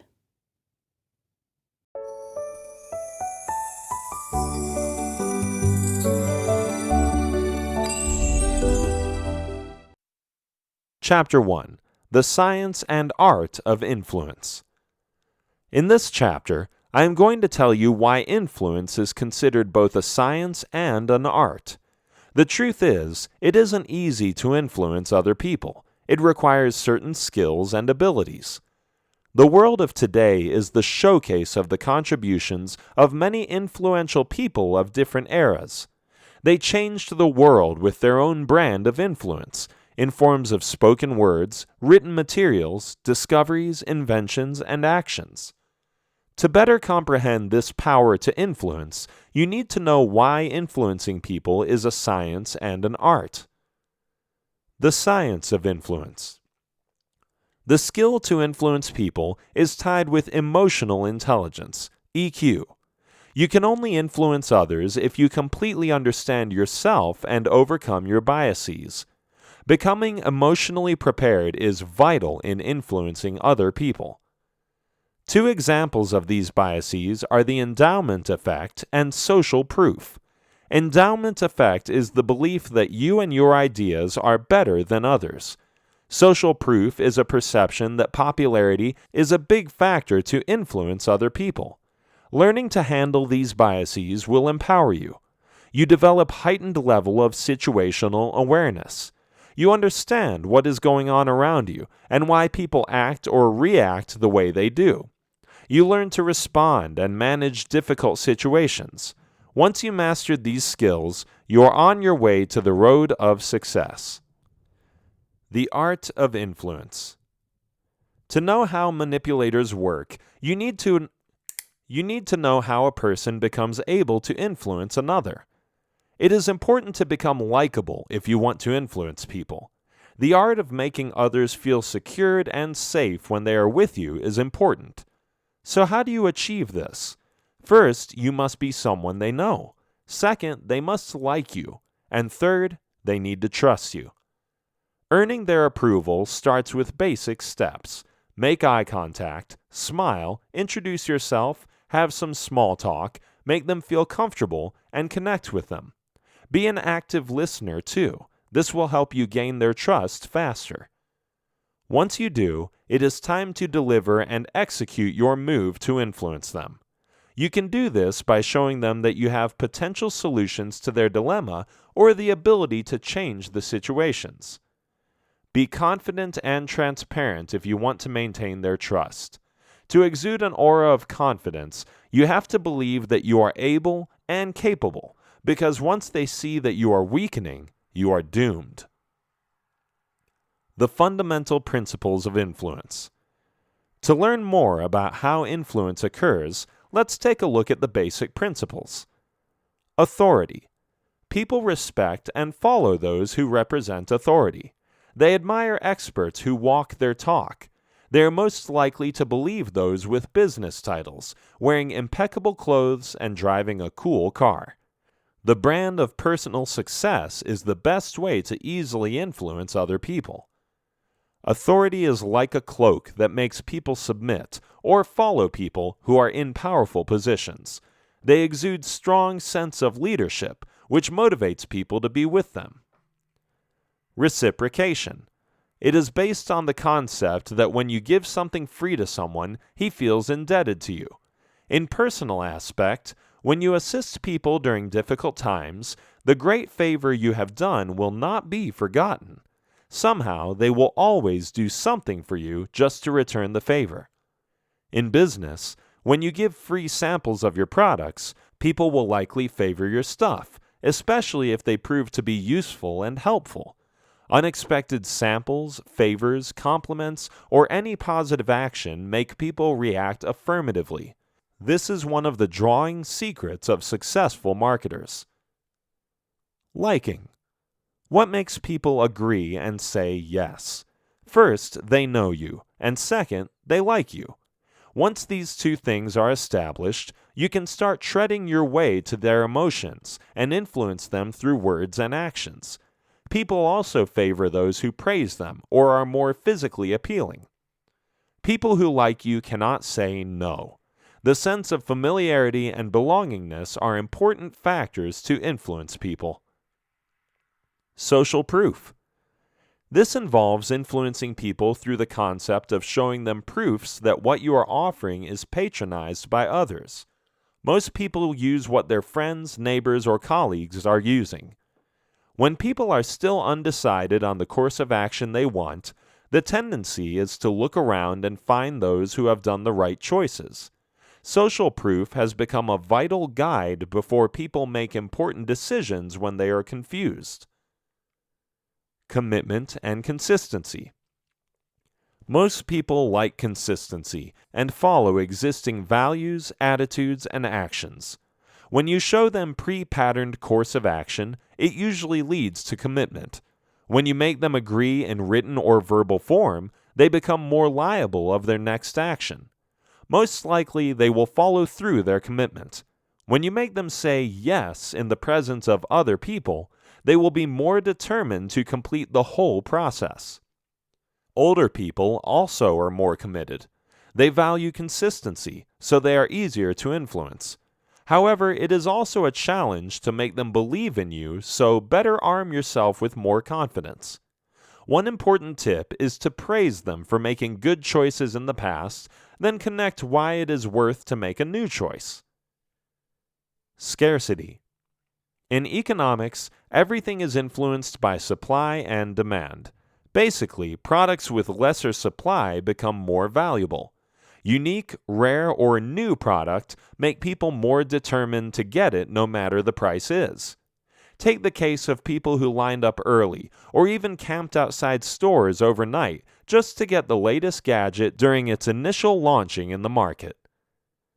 What is the difference between influence and manipulation?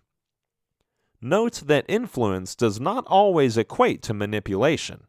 What separates merely having influence to outright manipulation is the underlying reason or motive behind the action.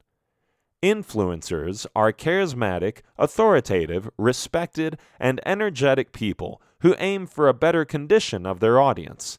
Manipulators are cunning and influence people to gain something from them, even at the expense of using emotional blackmail. In the succeeding chapters, you will learn about what manipulation is and how a person can deal with it.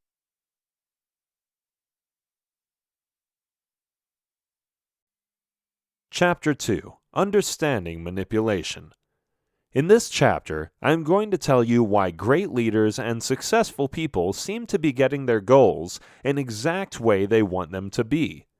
They may have exemplary qualities which put them at the top of their fields. However, there is one thing that they have in common: the ability to influence people and consequently get what they desire. What is manipulation? It is the purposeful action to influence another person in skillful, clever manner to the point of being unscrupulous. Victims of manipulation usually do not see that they are being used or manipulated. Manipulators usually do their tricks during their victims' most vulnerable moments. They know how to coat manipulative acts with sweet words or use their authority. Usually, manipulators play with victims' emotions. Manipulators make people feel responsible for something even when they aren't. This prompted victims to act quickly and produced results. Manipulative behaviors are indicators of underlying mental health conditions. Some of the most favorite acts of manipulators are dishonesty, verbal abuse, withholding information, passive-aggressive behavior, use or lack of sexual acts, threatening, emotional blackmail, and isolating someone from his loved ones. When one or more of these behaviors are done in a chronic pattern, it is a clear sign that something is extremely wrong. Most manipulative people have personality disorders such as narcissistic personality, borderline personality, sociopaths, addicts, or Munchausen syndrome by proxy, making other people sick just to get affection or attention. On the other hand, victims of chronic manipulators show the following behaviors: mild to extreme depression, anxiety or panic attacks, unhealthy coping behaviors such as trying to constantly please the perpetrator, feeling worthless, isolated, or bullied, abnormal eating patterns, guilt, lying about their real feelings, putting others over their own needs, and not trusting their own judgments or perceptions. Is manipulation bad or good? In ancient times, there were many kings, queens, knights, and army generals who became infamous because they used their positions to influence people to do bad things. At present, the world has the likes of former President Barack Obama and Bernie Madoff. Obama is known for his potent power of persuasion, which mobilized disengaged and apathetic voters, while Madoff cunningly utilized manipulation techniques so he could steal billions of dollars. These two people showed two facets of manipulation. It can bring positive benefits or put you in a negative situation. Manipulation is a tool which you can use to acquire the result you want. It is used by people to influence other people to buy their products, choose their services, stop certain vices, or promote a cause. Every day, people are being manipulated by advertisements, promotional campaigns, and people who are in authority, such as employers, politicians, and leaders. Every single day, people are conquering mild to extreme pressures to accommodate requests from peers, bosses, and family members. When is manipulation wrong? Basically, manipulation is utilized to create change. When it is used to destroy the normal functioning of a person or organization, it becomes wrong. When it affects the behavior and alters a good practice, then it is wrong. When it pushes someone to do something negative just to comply with the task and present an outcome, then it is wrong. When is manipulation good? Of course, manipulation becomes positive when it is used to change a bad habit and form new ones that will help the person. It is good when it pushes someone to change his mindset and entertain new perspective which can benefit him. One example of good manipulation is a diet program. When you intend to lose weight, you sometimes allow others, such as nutritionists, to influence you and accept different options. You start selecting the best one for you and allow each option to give you information. Finally, the most ideal program will influence you to decide. You are somehow manipulated with the benefits that it presents and expect that it will give you the result that others get. Why is modern technology considered a great manipulator? Do you find yourself checking your mobile phone notifications as soon as you wake up? Do you reply your emails, tweets, and messages before saying good morning to your spouse? These are signs of addictive behavior, which can be destructive. According to game creator and professional Ian Bogost, this modern technology is called a cigarette of the century. Users are, in a way, being manipulated by gadgets, with the rewards being instant gratification, so much so that there are users who seemingly cannot live without gadgets.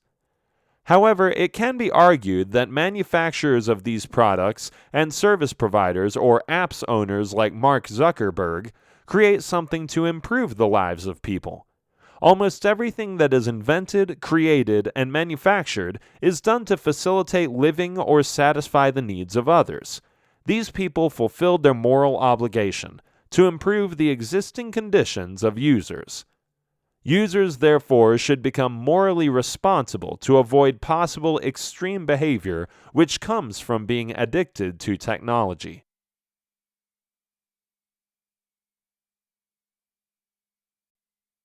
Chapter 3: Dealing with Manipulation. In this chapter, I am going to tell you how you can be able to resist manipulation. The first thing you need to know is to become aware of different types of manipulators. Be observant at all times. Learn to protect yourself and avoid sharing your personal information to everyone you meet. You need to know the common techniques that manipulators use. The knowledge will help you decipher the actions of others toward you. And finally, this chapter will also teach you ways to handle them effectively. How to recognize manipulation. Most manipulators use covert methods to influence other people. Manipulators can be abusive or use deceptive or indirect tactics. It can be a flattering or friendly approach, which looks like the person is concerned about you, but he has an ulterior motive behind his request. Sometimes it appears as veiled hostility, which intimidates you unconsciously and makes you feel something is wrong with you. Others tend to show ignorance when confronted by asking, "Who, me?"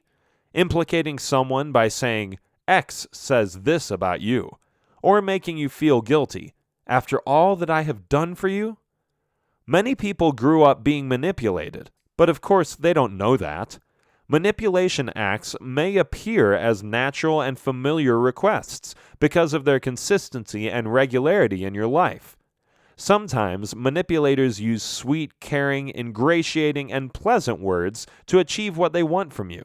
They can play with your emotions and solicit sympathy and trigger guilt. They make you confused and unable to act with confidence. During this state, you have a tendency to disregard your own instincts. It becomes hard for you to discern whether what is happening is true or false, positive or negative. What are the common types of manipulators? 1. The guilt tripper. He is someone who uses the following statements. "If you love me, you would." "If only you knew what happened to me, you would." Or, "If you are good, you would do." These are just examples of common dialogues of manipulators. Guilt tripper uses the situation to make you do the dirty jobs for him or avoid possible reprimand. The best way to handle this type of manipulator is not giving in to his act. Keep your focus on what you want and be firm in your decision. You can say, "I'm sorry, but I need to." This will make him realize that you cannot be manipulated. 2. The threatener. Victims of domestic violence and crimes suffer from this type of manipulators. This person uses his authority over his family to harm them physically, verbally, emotionally, and psychologically. His favorite statement is, "Do what I say or want, or I will hurt you," or someone in the family. This manipulator uses blackmail to scare people. He often makes threats to destroy your family, reputation, career, or relationship with other people. The best way to handle this type of manipulator is to escape and seek outside help. Remember that the more you allow him to scare you, the more he will threaten you. 3. The silent treatment giver. This particular manipulator uses withdrawal of care, support, communication, and even sex to accomplish his objective.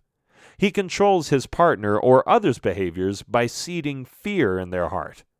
These fears can be fear of abandonment, fear of disconnection, and fear of rejection.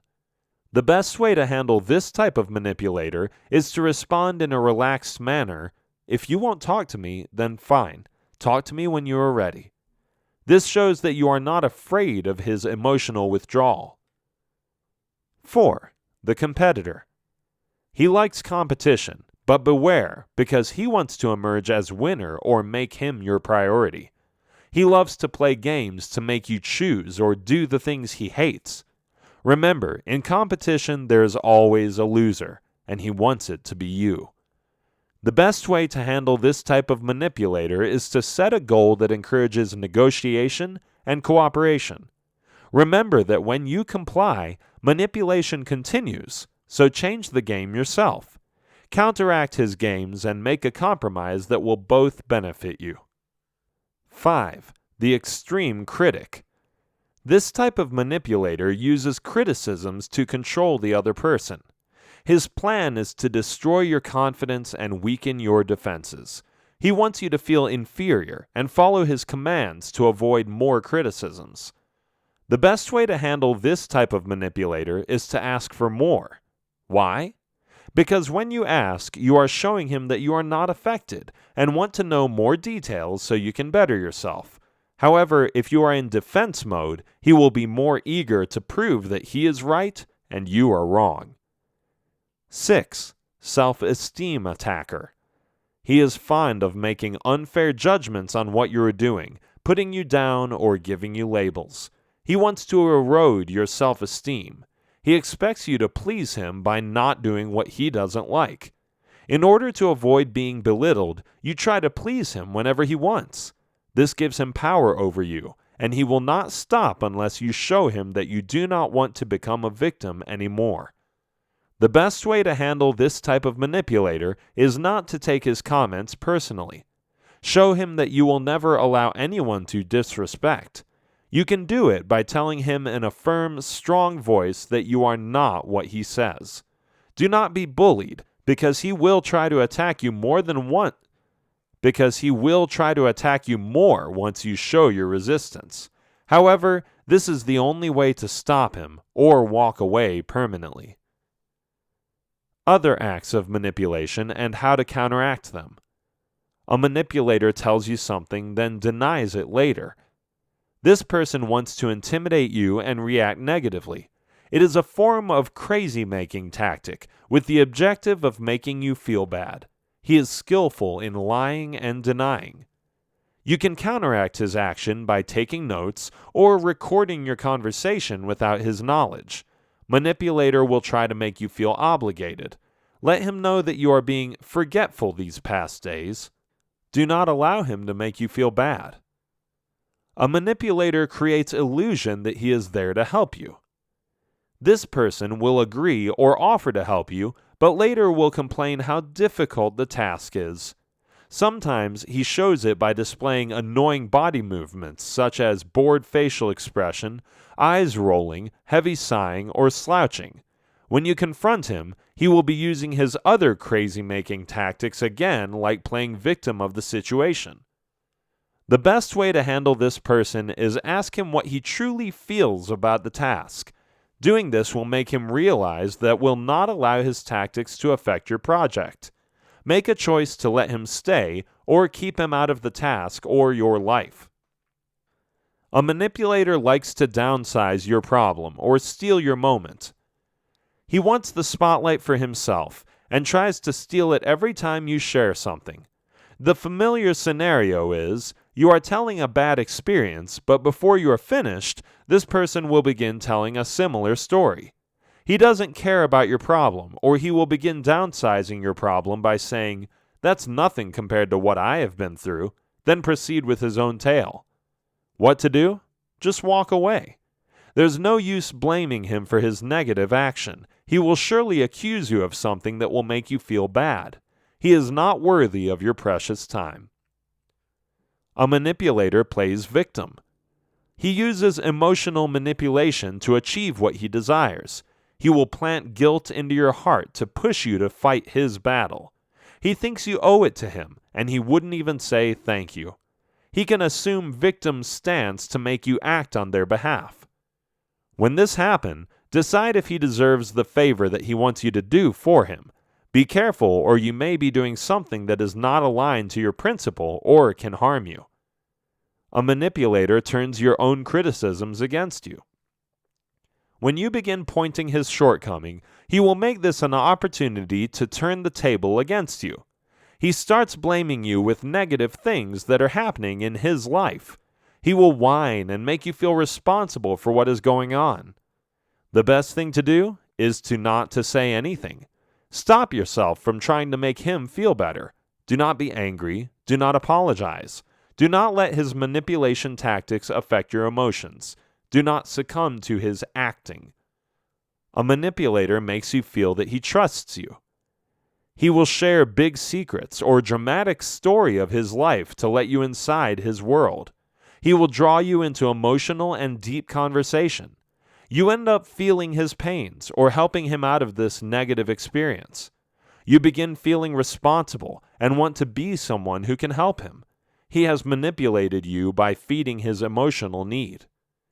Remember that not all big dramas are true. Listen, but do not allow yourself to be caught in a web of lies and emotional blackmail.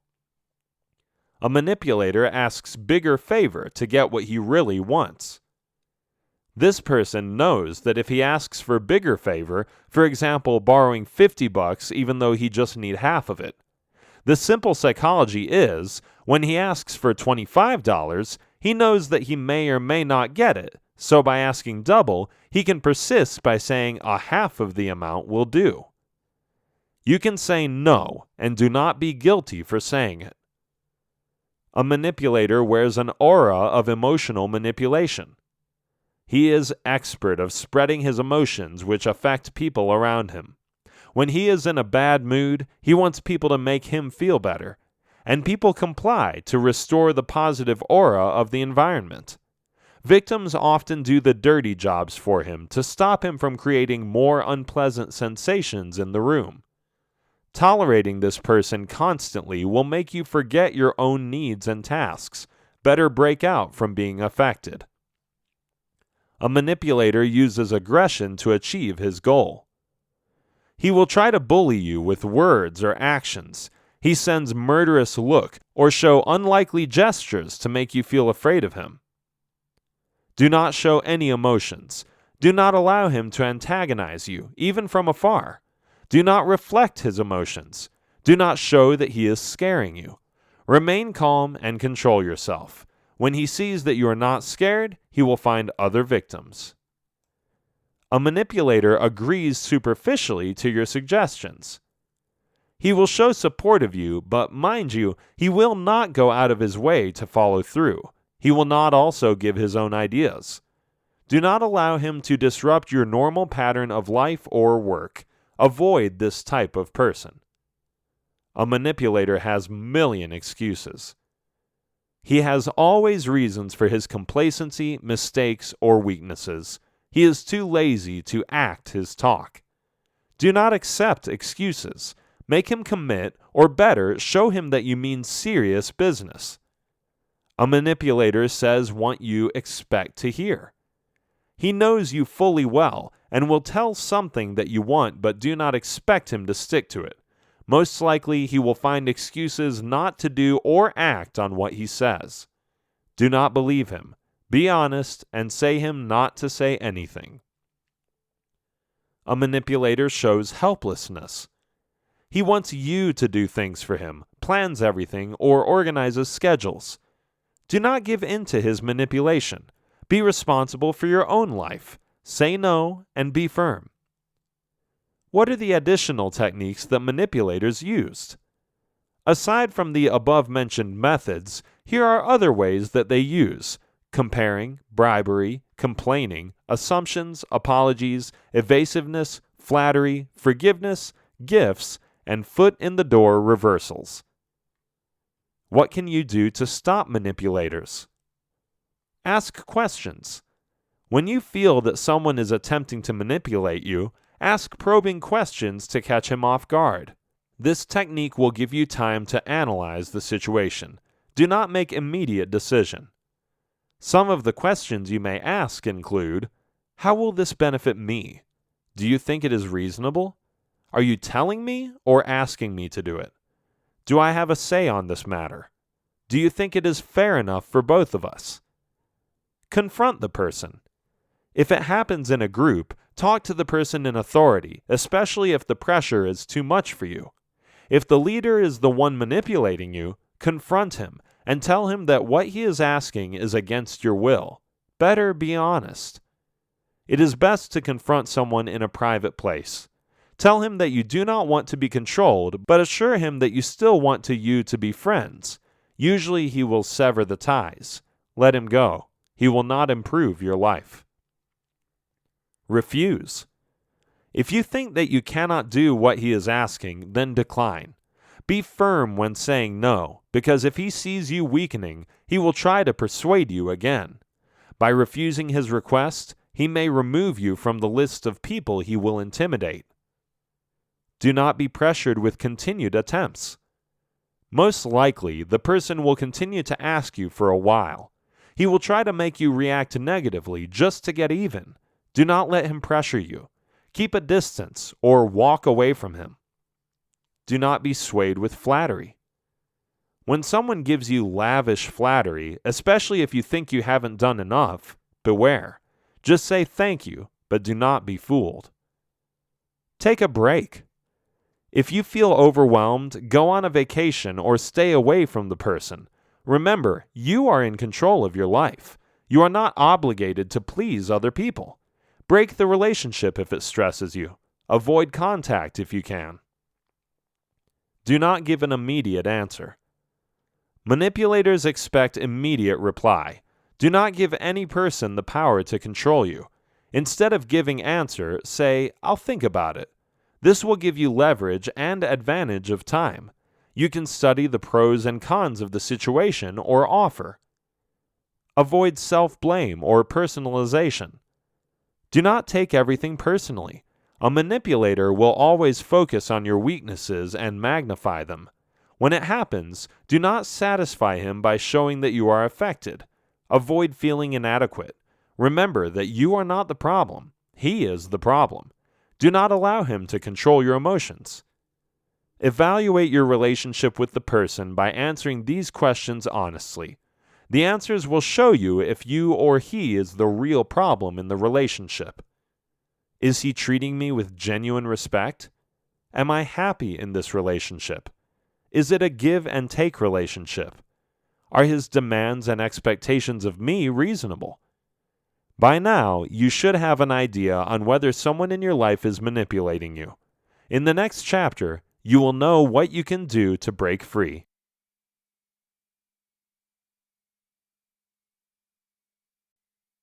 Chapter 4. Breaking Free. In this chapter, I am going to help you break free from being a constant doormat, to stand up for yourself against manipulative family and friends. Often, people allow others to manipulate them because they want to be part of the group, they want to please others, they are emotionally insecure, or they want to be politically correct. When you allow others to control your decisions and actions, it will be easy for them to use or abuse you. However, if you first focus on what you can control, you minimize the chance to be manipulated. Afterwards, you can start strengthening the areas you're weak in. Are you being pushed to do things that you do not want to do? Usually, you notice something is wrong when you find yourself questioning why you are doing something for someone against your will. You find yourself complying without enthusiasm. You feel bad, even sick. You feel tired and demotivated. When is the right time to ask for outside intervention? Any time can be the best time. If someone is making your life stressful or miserable, look around and find a confidant. Your family and friends can help you see the situation clearly. However, if the manipulation involves a family member, it will be difficult to open up with friend. In such cases, the best thing is to seek professional help to resolve the dilemma before it breaks your spirit. Counseling therapy sessions will probe the underlying reasons that you allow others to manipulate you. Psychologists can help you find out why manipulators target you and their motivations in using or abusing you. They can also help you become proactive and motivated to change the imbalanced pattern of your life. How to use your fundamental rights against manipulators. As citizen, you have basic human rights that you need to remember when dealing with manipulative people. Learn to stand up against manipulators and defend your fundamental rights. 1. The right to be treated with respect. 2. The right to say no without feeling guilty. 3. The right to express your feelings, opinions, and wants. 4. The right to get what you pay for. 5. The right to set your own priorities. 6. The right to take care of and protect yourself from being physically, mentally, or emotionally threatened. 7. The right to have opinions different from others. 8. The right to create your own happy and healthy life. These rights set boundaries that protect you from people's manipulation. Let these remind you of what you deserve. Do not allow others to trample them. Others may try to deprive you of these rights. Be strong and control your own life path.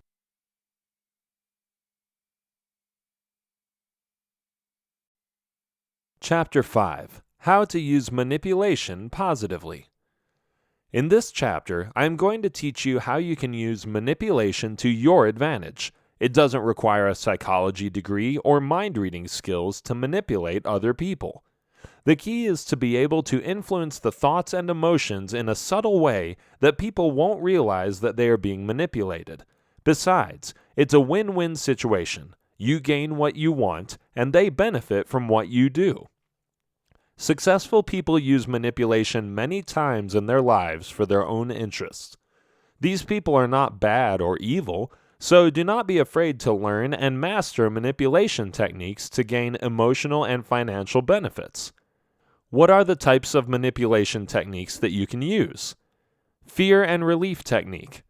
If you see someone who is ready to give up or needs immediate help, offer assistance and relieve the pressure off him. This will make him feel indebted to you and will be willing to return the favor anytime you need something. Emotion versus logic technique. This is the easiest way to influence people. It is done by making someone craves or desires something to get what you want. Play with his emotions and do not allow him to think much and make logical choice. Bribery technique. Figure out what the other person desires, be it material or emotional. Most often than not, it works like magic, and he will find ways to reciprocate the favor. Now, if you need something, use the opportunity to get it. You can suggest it in a way that will not sound as if you are blackmailing him. Just say it matter-of-factly, then wait for his response. Guilty technique. Although it was presented in the previous chapter as sort of negative tactic, you can use it sparingly just to get what you want. You can use it to people who already betrayed your trust, let you down, or manipulated you. It's payback time. Decipher people's body language. Body language unconsciously shows people's thoughts and feelings. Learn to observe their facial expressions, hand movements, and gestures when you are with them. You can manipulate them by playing with their psychological or emotional state. Display altruism. Coat your action with altruism. If you make an outburst, yell, criticize, or blame someone, immediately tell him that you are concerned with him. That's why you reacted that way. Make him believe that you are there to guide, protect, and help him. Apologize if you think it is necessary in order to get back their trust. Explain that you just want to protect him. Remind him that you are there to assist him. Be charming. Flirt if you must. You can manipulate people if you are well liked. Charm is a great weapon to get what you want. Being charming involves using extreme emotions to create greater impact. If necessary, flirt a little by making suggestive physical touches. This technique is effective especially when your target has low self-esteem or a bit lonely. Make them emotionally close to you. This is the easiest way to make others give what you want. If someone becomes emotionally close to you, he ceases to be rational and he becomes an easy prey. However, you must be a master of your emotions first, because this can rebound if you are not careful. You must be the one to incite sympathy and fear, not the other way. Do you know that there are simple methods you can use every day to master your manipulative power? Help someone accomplish his goals. Ask favors from people in social settings rather than doing it in a workplace. Present an option with same value but less efficient. Surely he will select the first one. Mimic someone's body language to send a message in his subconscious mind that you have similarities. Ask someone a favor when he is tired. Most likely he will agree on what you say. Talk fast to overwhelm your opponent and make him agree with you. Usually people agree because they cannot process what you have said and do not want to admit that they didn't understand. Make someone scared of something, then offer an antidote or remedy. Confuse someone with technicalities to comply with what you ask. Most people pretend that they understand what you are presenting. Start your request with an apology or show hesitation. It triggers people's emotions and respond to your needs. After they comply, give them a smile that shows relief and gratitude. However, showing vulnerability too often will lose its appeal, so use this technique occasionally. What is psychological manipulation? Psychological manipulation is defined as influencing someone through emotional exploitations or mental distortion in order to control another person to gain benefit. The manipulator will intentionally exploit the victim and create a power imbalance. You can use the following techniques to gain advantage. Allow your target to speak first. This will give you a chance to study him and find out his weaknesses. Ask questions, from general to probing, to establish a baseline of their behavior or mindset. Ask him to meet in your own space. Being in your familiar ground will give you more control and dominance. Making negative surprises. It is aimed to put your opponent off balance and gain advantage during negotiations. Do it without warning, so he will be too surprised and unprepared to counteract your move. Do not give him too much time. If you want him to say yes, put pressure and do not allow him to gain advantage of time. Pretend ignorant. Play dumb and show that you do not understand what he wants you to do. This will certainly annoy him or force him to do the task himself. Practice silent treatment. Deliberately make him wait and plant doubt in his mind. Do not reply his messages, calls, or emails immediately. By being silent, you create leverage. Manipulate facts. You can do it by withholding information, making excuses, deforming truths, exaggerating, making understatements, or issuing biases. Use negative humor or sarcasm. Neutralize your critical remarks by using humor which is veiled with sarcasm. The purpose is to prove that you are psychologically superior. What is social manipulation? Social manipulation refers to skillful use of information to get specific desire. It is about influencing people in social settings with the use of your conversational abilities and personality. It is essential to master your social skills first before practicing it. What are the benefits of mastering social manipulation? A social manipulator can create situations which open doors of great opportunities. You project a positive image, which triggers people's interest to know you better and discover what you can do to enhance their business or personal lives. Social manipulation helps you forge professional connections among clients and associates. It would be easier for you to close deals or get promoted.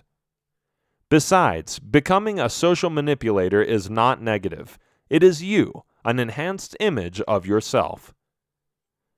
How to become the best social manipulator. There are 3 steps you can do. 1. Observe. Become interested in people. Observe them. Listen when they talk. Know their backgrounds and interests. Talk to them. Impress them with your knowledge about topics that they like. 2. Learn. Stay updated with current news and events.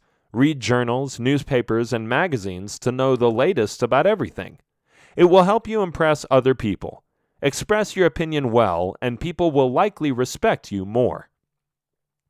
3. Plan your moves. Always know your purpose when you attend events. If you want to speak up or meet someone, it is best to focus your attention to him.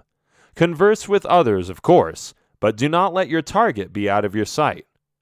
Practice and master these steps to help you influence people.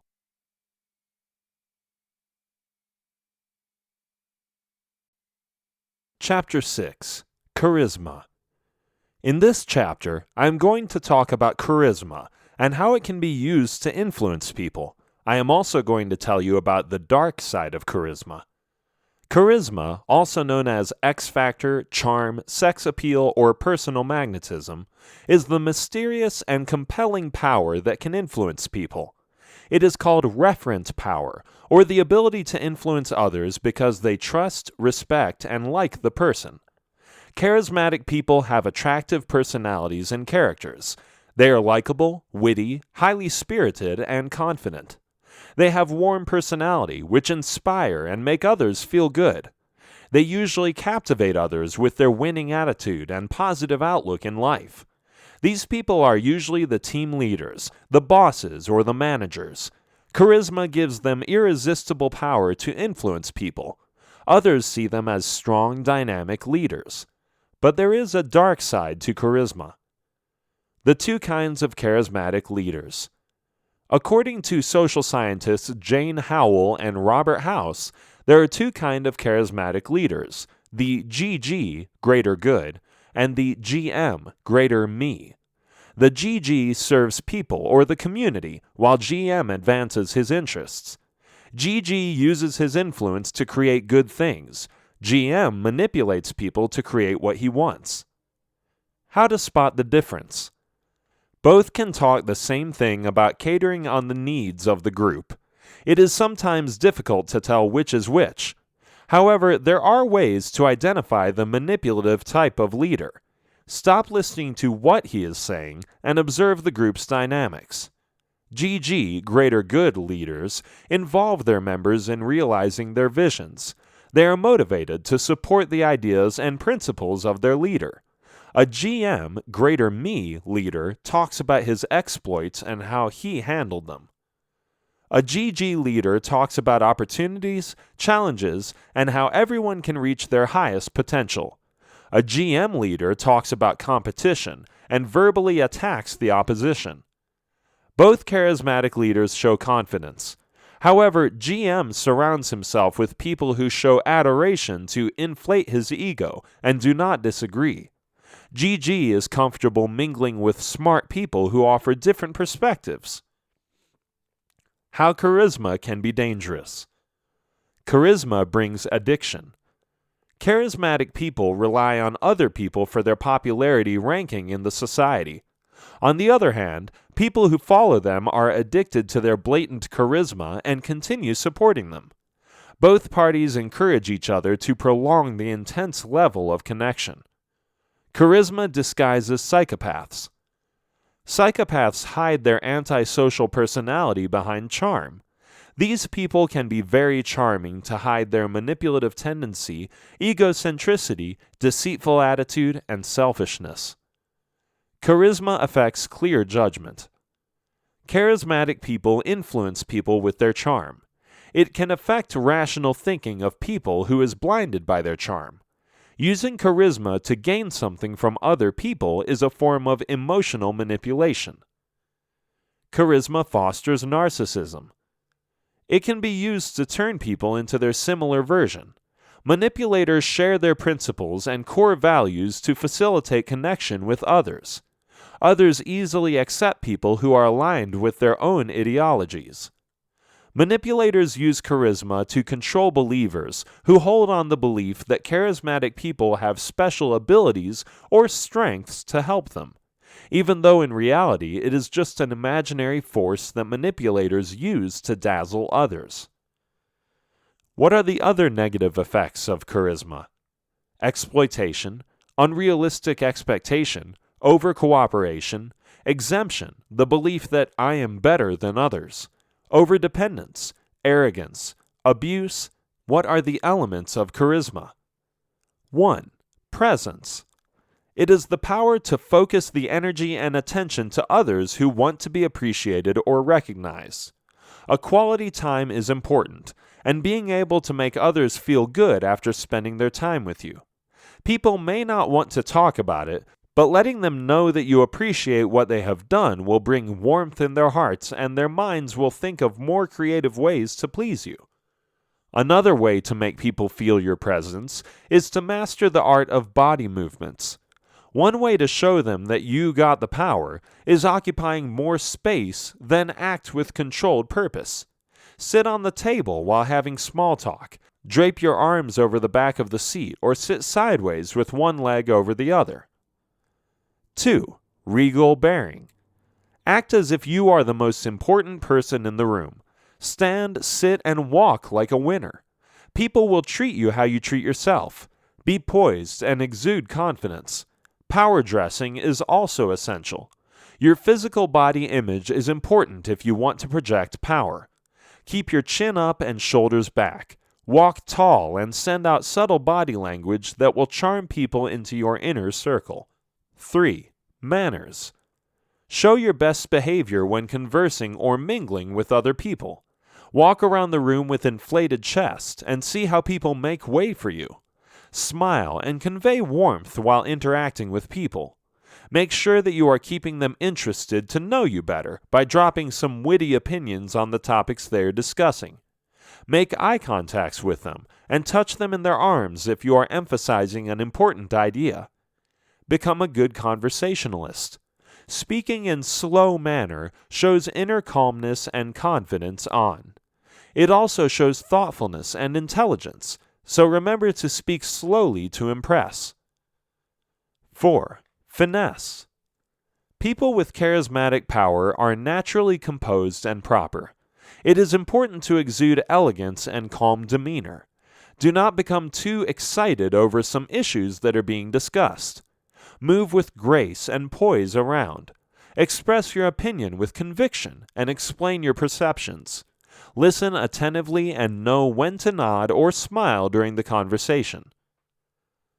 5. Enigma. It is a compelling power that draws people inside your own circle. It is not just about physical attributes. It is the totality of your qualities which set you apart from the rest.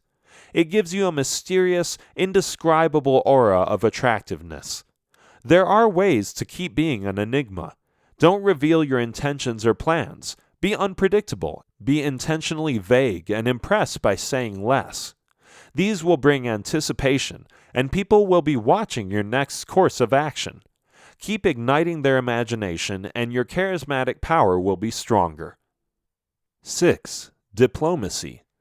This pertains to your social skills, especially the ability to relate with people. It involves tact and skillful dealing with any situation. You need to act to avoid offending people with your words or behavior. Make others feel good about themselves by giving compliments or agreeing with their point of view. Anticipate needs of others and extend help before they ask. It will make them think of you as hero, friend, and savior. Being extra nice and thoughtful always create warm feelings and sense of gratitude. Offer your time and expertise on things that trouble others. If you see something to be done that requires your assistance, lend a helping hand. 7. Allure. This is the essence of charisma. It is the final ingredient that completes the power to influence. Allure is the mysterious aura that emanates from you. It warms people and makes them comfortable to be with you.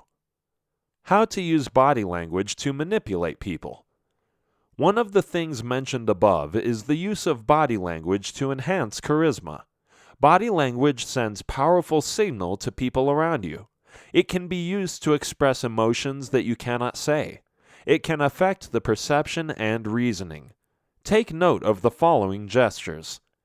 1. Shaking hands with palm facing upward is a sign of submissiveness, but when the palm faces downward, it speaks of dominance.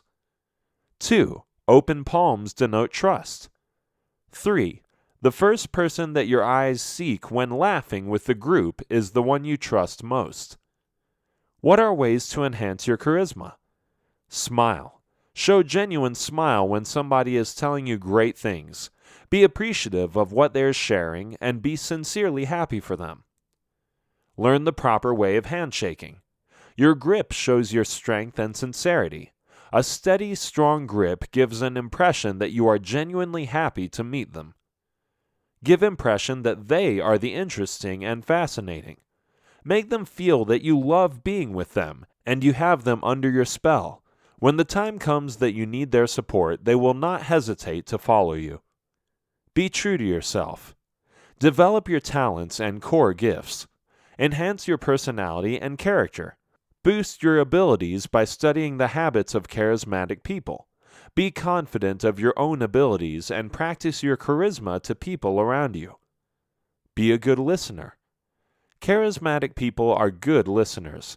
Practice giving your full attention to people who are unloading their concerns to you.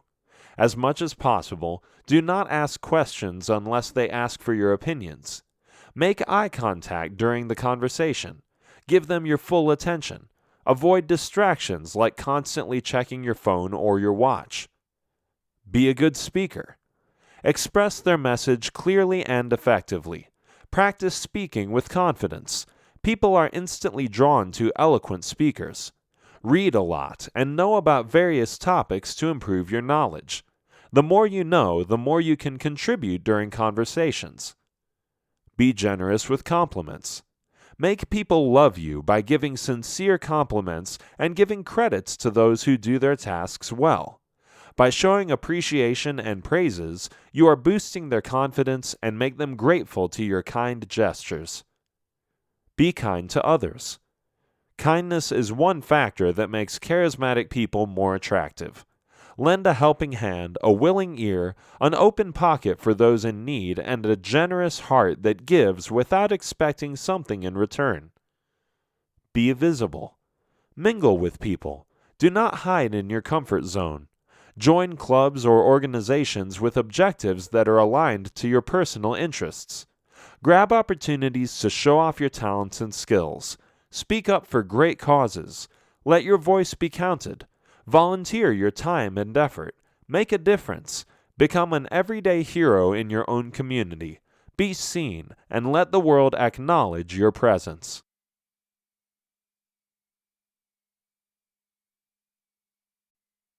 Chapter 7. Mind Control. In this chapter, I am going to talk mind control as another method to manipulate, persuade, or influence people. Mind control is defined as the concept where human mind is controlled or altered using psychological techniques. It is also referred to as manipulation, brain control, brain sweeping, brainwashing, thought reform, thought control, re-education, coercive persuasion, and menticide. How does mind control affect the subject or victim? Mind control involves reducing the ability of the subject to think independently or rationally by introducing new ideas in his mind. It aims to change the person's beliefs, attitudes, behaviors, preferences, and values. It can disrupt the person's level of identity. It alters the core and creates a new pseudo-personality. What are the important things to know about mind control? It is subtle. Oftentimes, the person is not aware of being controlled by a manipulator because it is a subtle process. It starts with allowing the manipulator to decide for him, but in his mind, he is making the choice.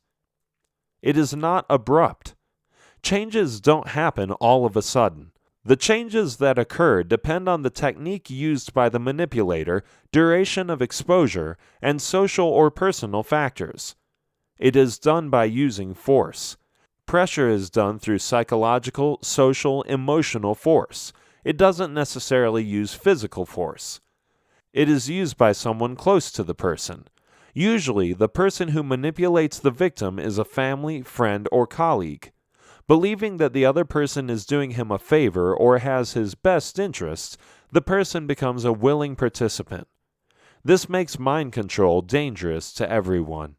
Anybody is susceptible to this kind of manipulation. What kind of person uses mind control? There are two kinds of people who use mind control. One group are those who want to help other people control addiction or other negative habits. The other group uses this technique for their own benefits. They want to control the will of others and achieve their selfish motives.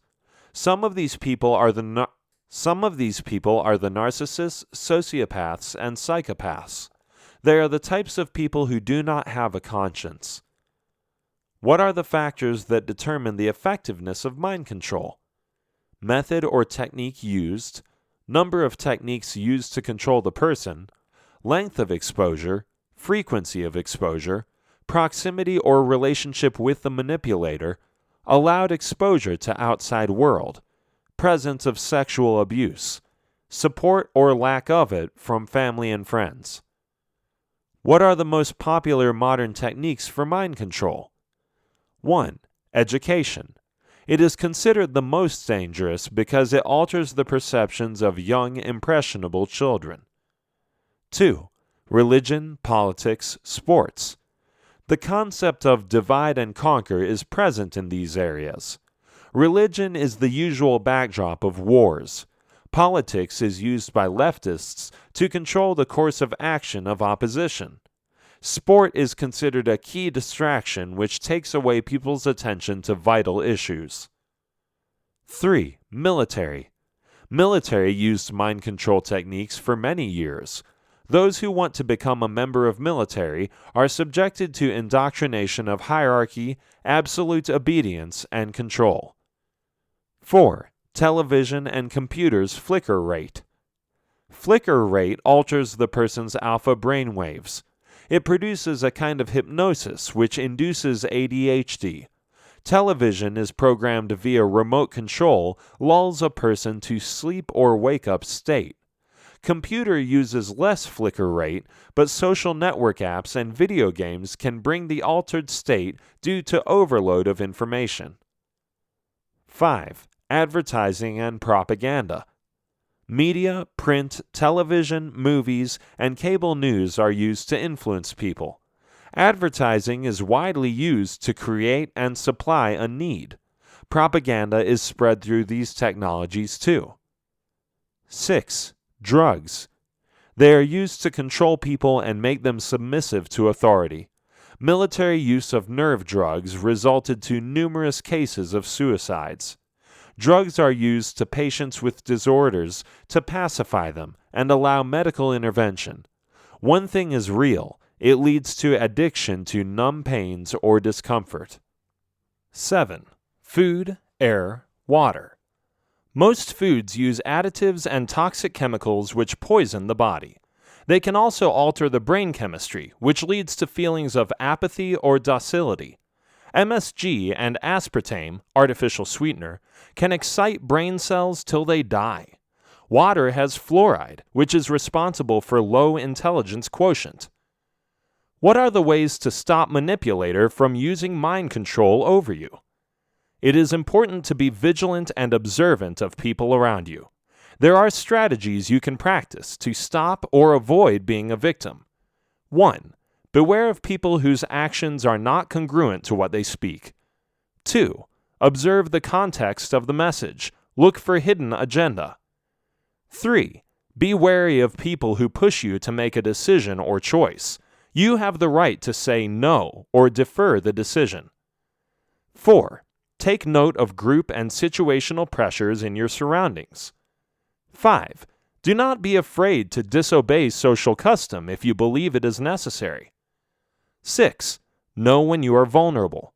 Negative major events in your life, such as death, loss of job, separation, or heartbreak, can make you vulnerable.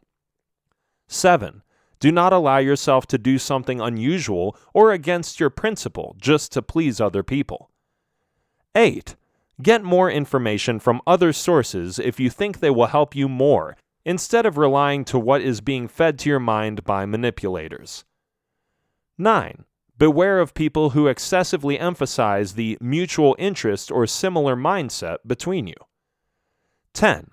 Do not be swayed by requests to make small commitment at present time and allow open contract in the future. 11. Learn to see beyond the circumstances.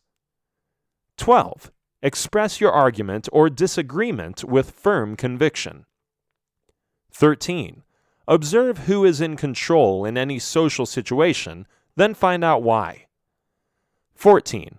Maintain a healthy self-esteem and strong sense of self-worth.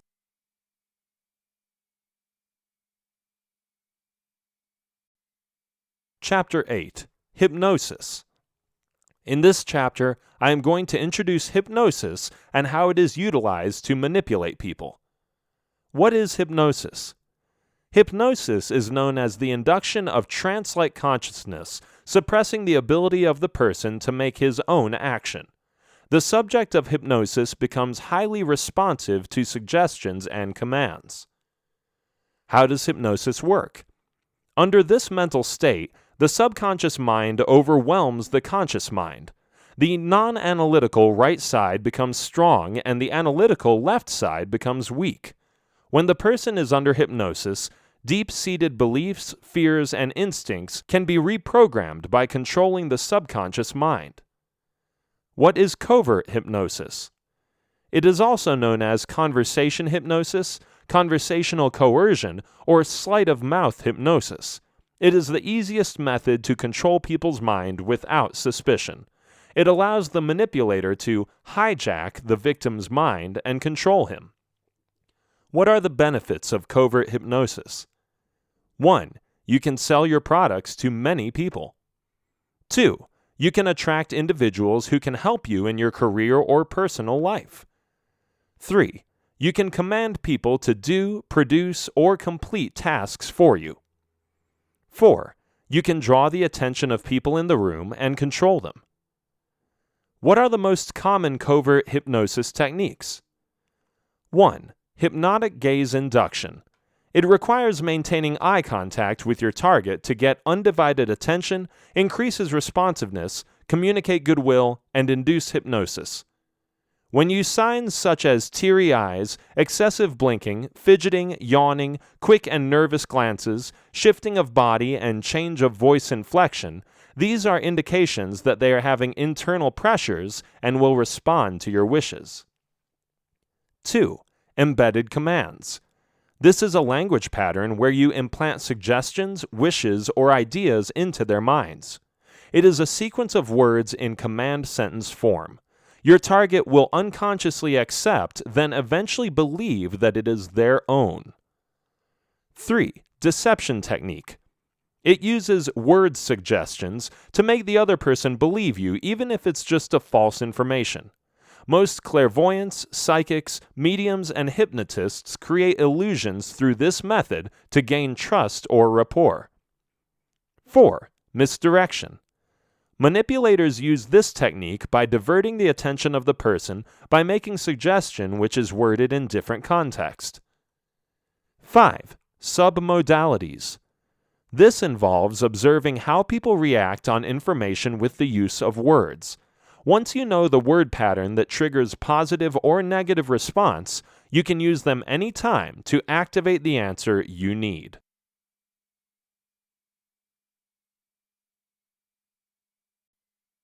Chapter 9. Neuro-Linguistic Programming, NLP. In this chapter, I am going to introduce neuro-linguistic programming, NLP, and how it's used to control people's thoughts. What is NLP?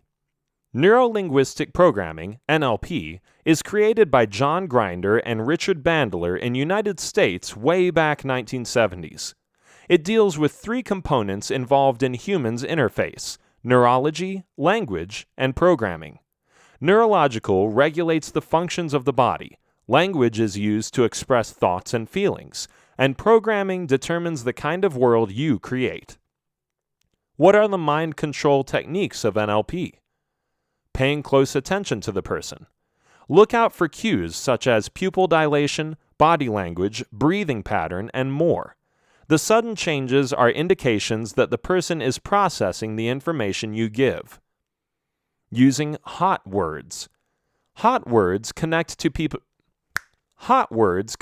person's senses and create a heightened sense of experience. Examples are see this, feel this, hear this, now, eventually, as, or because. Sometimes NLP practitioners use vague words in order to control the person's mind. Interspersal subconscious mind technique. It involves saying something but planting different idea in the subconscious mind of the person. Sublime mind programming and creating anchor. By creating anchor within you, it becomes easy for manipulators to program your mind. Secretly establishing rapport. It uses vicious language and mirrors body language in subtle way to establish rapport. Once the connection is set, you become more vulnerable to what they say. Bypassing conscious mind with voice role. It uses a paced and patterned wording to trigger response. It is usually done by repeating keyword in monotonous tone. Speaking close to human heartbeats. The human heart beats 45 to 72 beats per minute, and when you talk as fast as that, it triggers higher level of mental acceptance.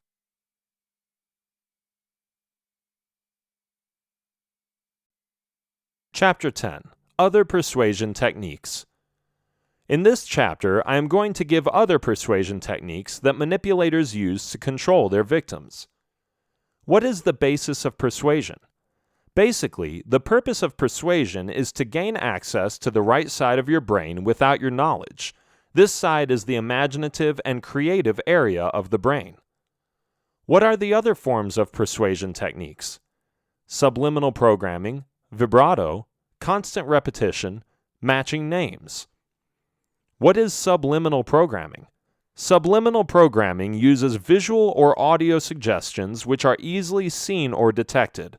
They are incorporated in an image, message, or music. Their hidden meaning can be perceived by the subconscious mind. How does vibrato affect the state of mind or feeling? Vibrato is known to produce heightened level of feelings, which can lead to sexual fantasies.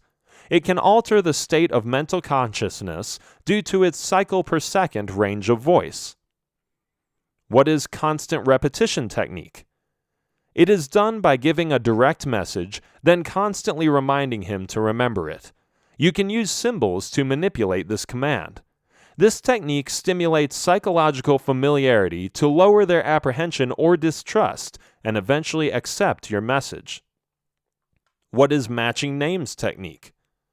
When you connect the name to the choices, most likely the person will select the one which is close to his heart. The sound of familiar names, especially his own name, influences his decision or choice. Why does using because persuade people? This single word is found effective to make others act on your behalf or allow you to do what you want. By giving people the cause of your action, they comply effortlessly. Conclusion. Thank you for reading this book. I hope it helps you become more familiar about manipulation and the negative effects it brings to victims. Do not become one of them. Learn and practice strategies to counteract the moves of manipulators. Do not allow others to obscure your perceptions, make decisions for you, or limit your capacity to live your life to the fullest. On the other hand, learning positive manipulation can be very helpful to achieve your goals fast. Knowing to influence others can be exciting and empowering. Just remember to use it positively. The key is in your hands now. Use this book to help you and others from becoming victims of manipulation.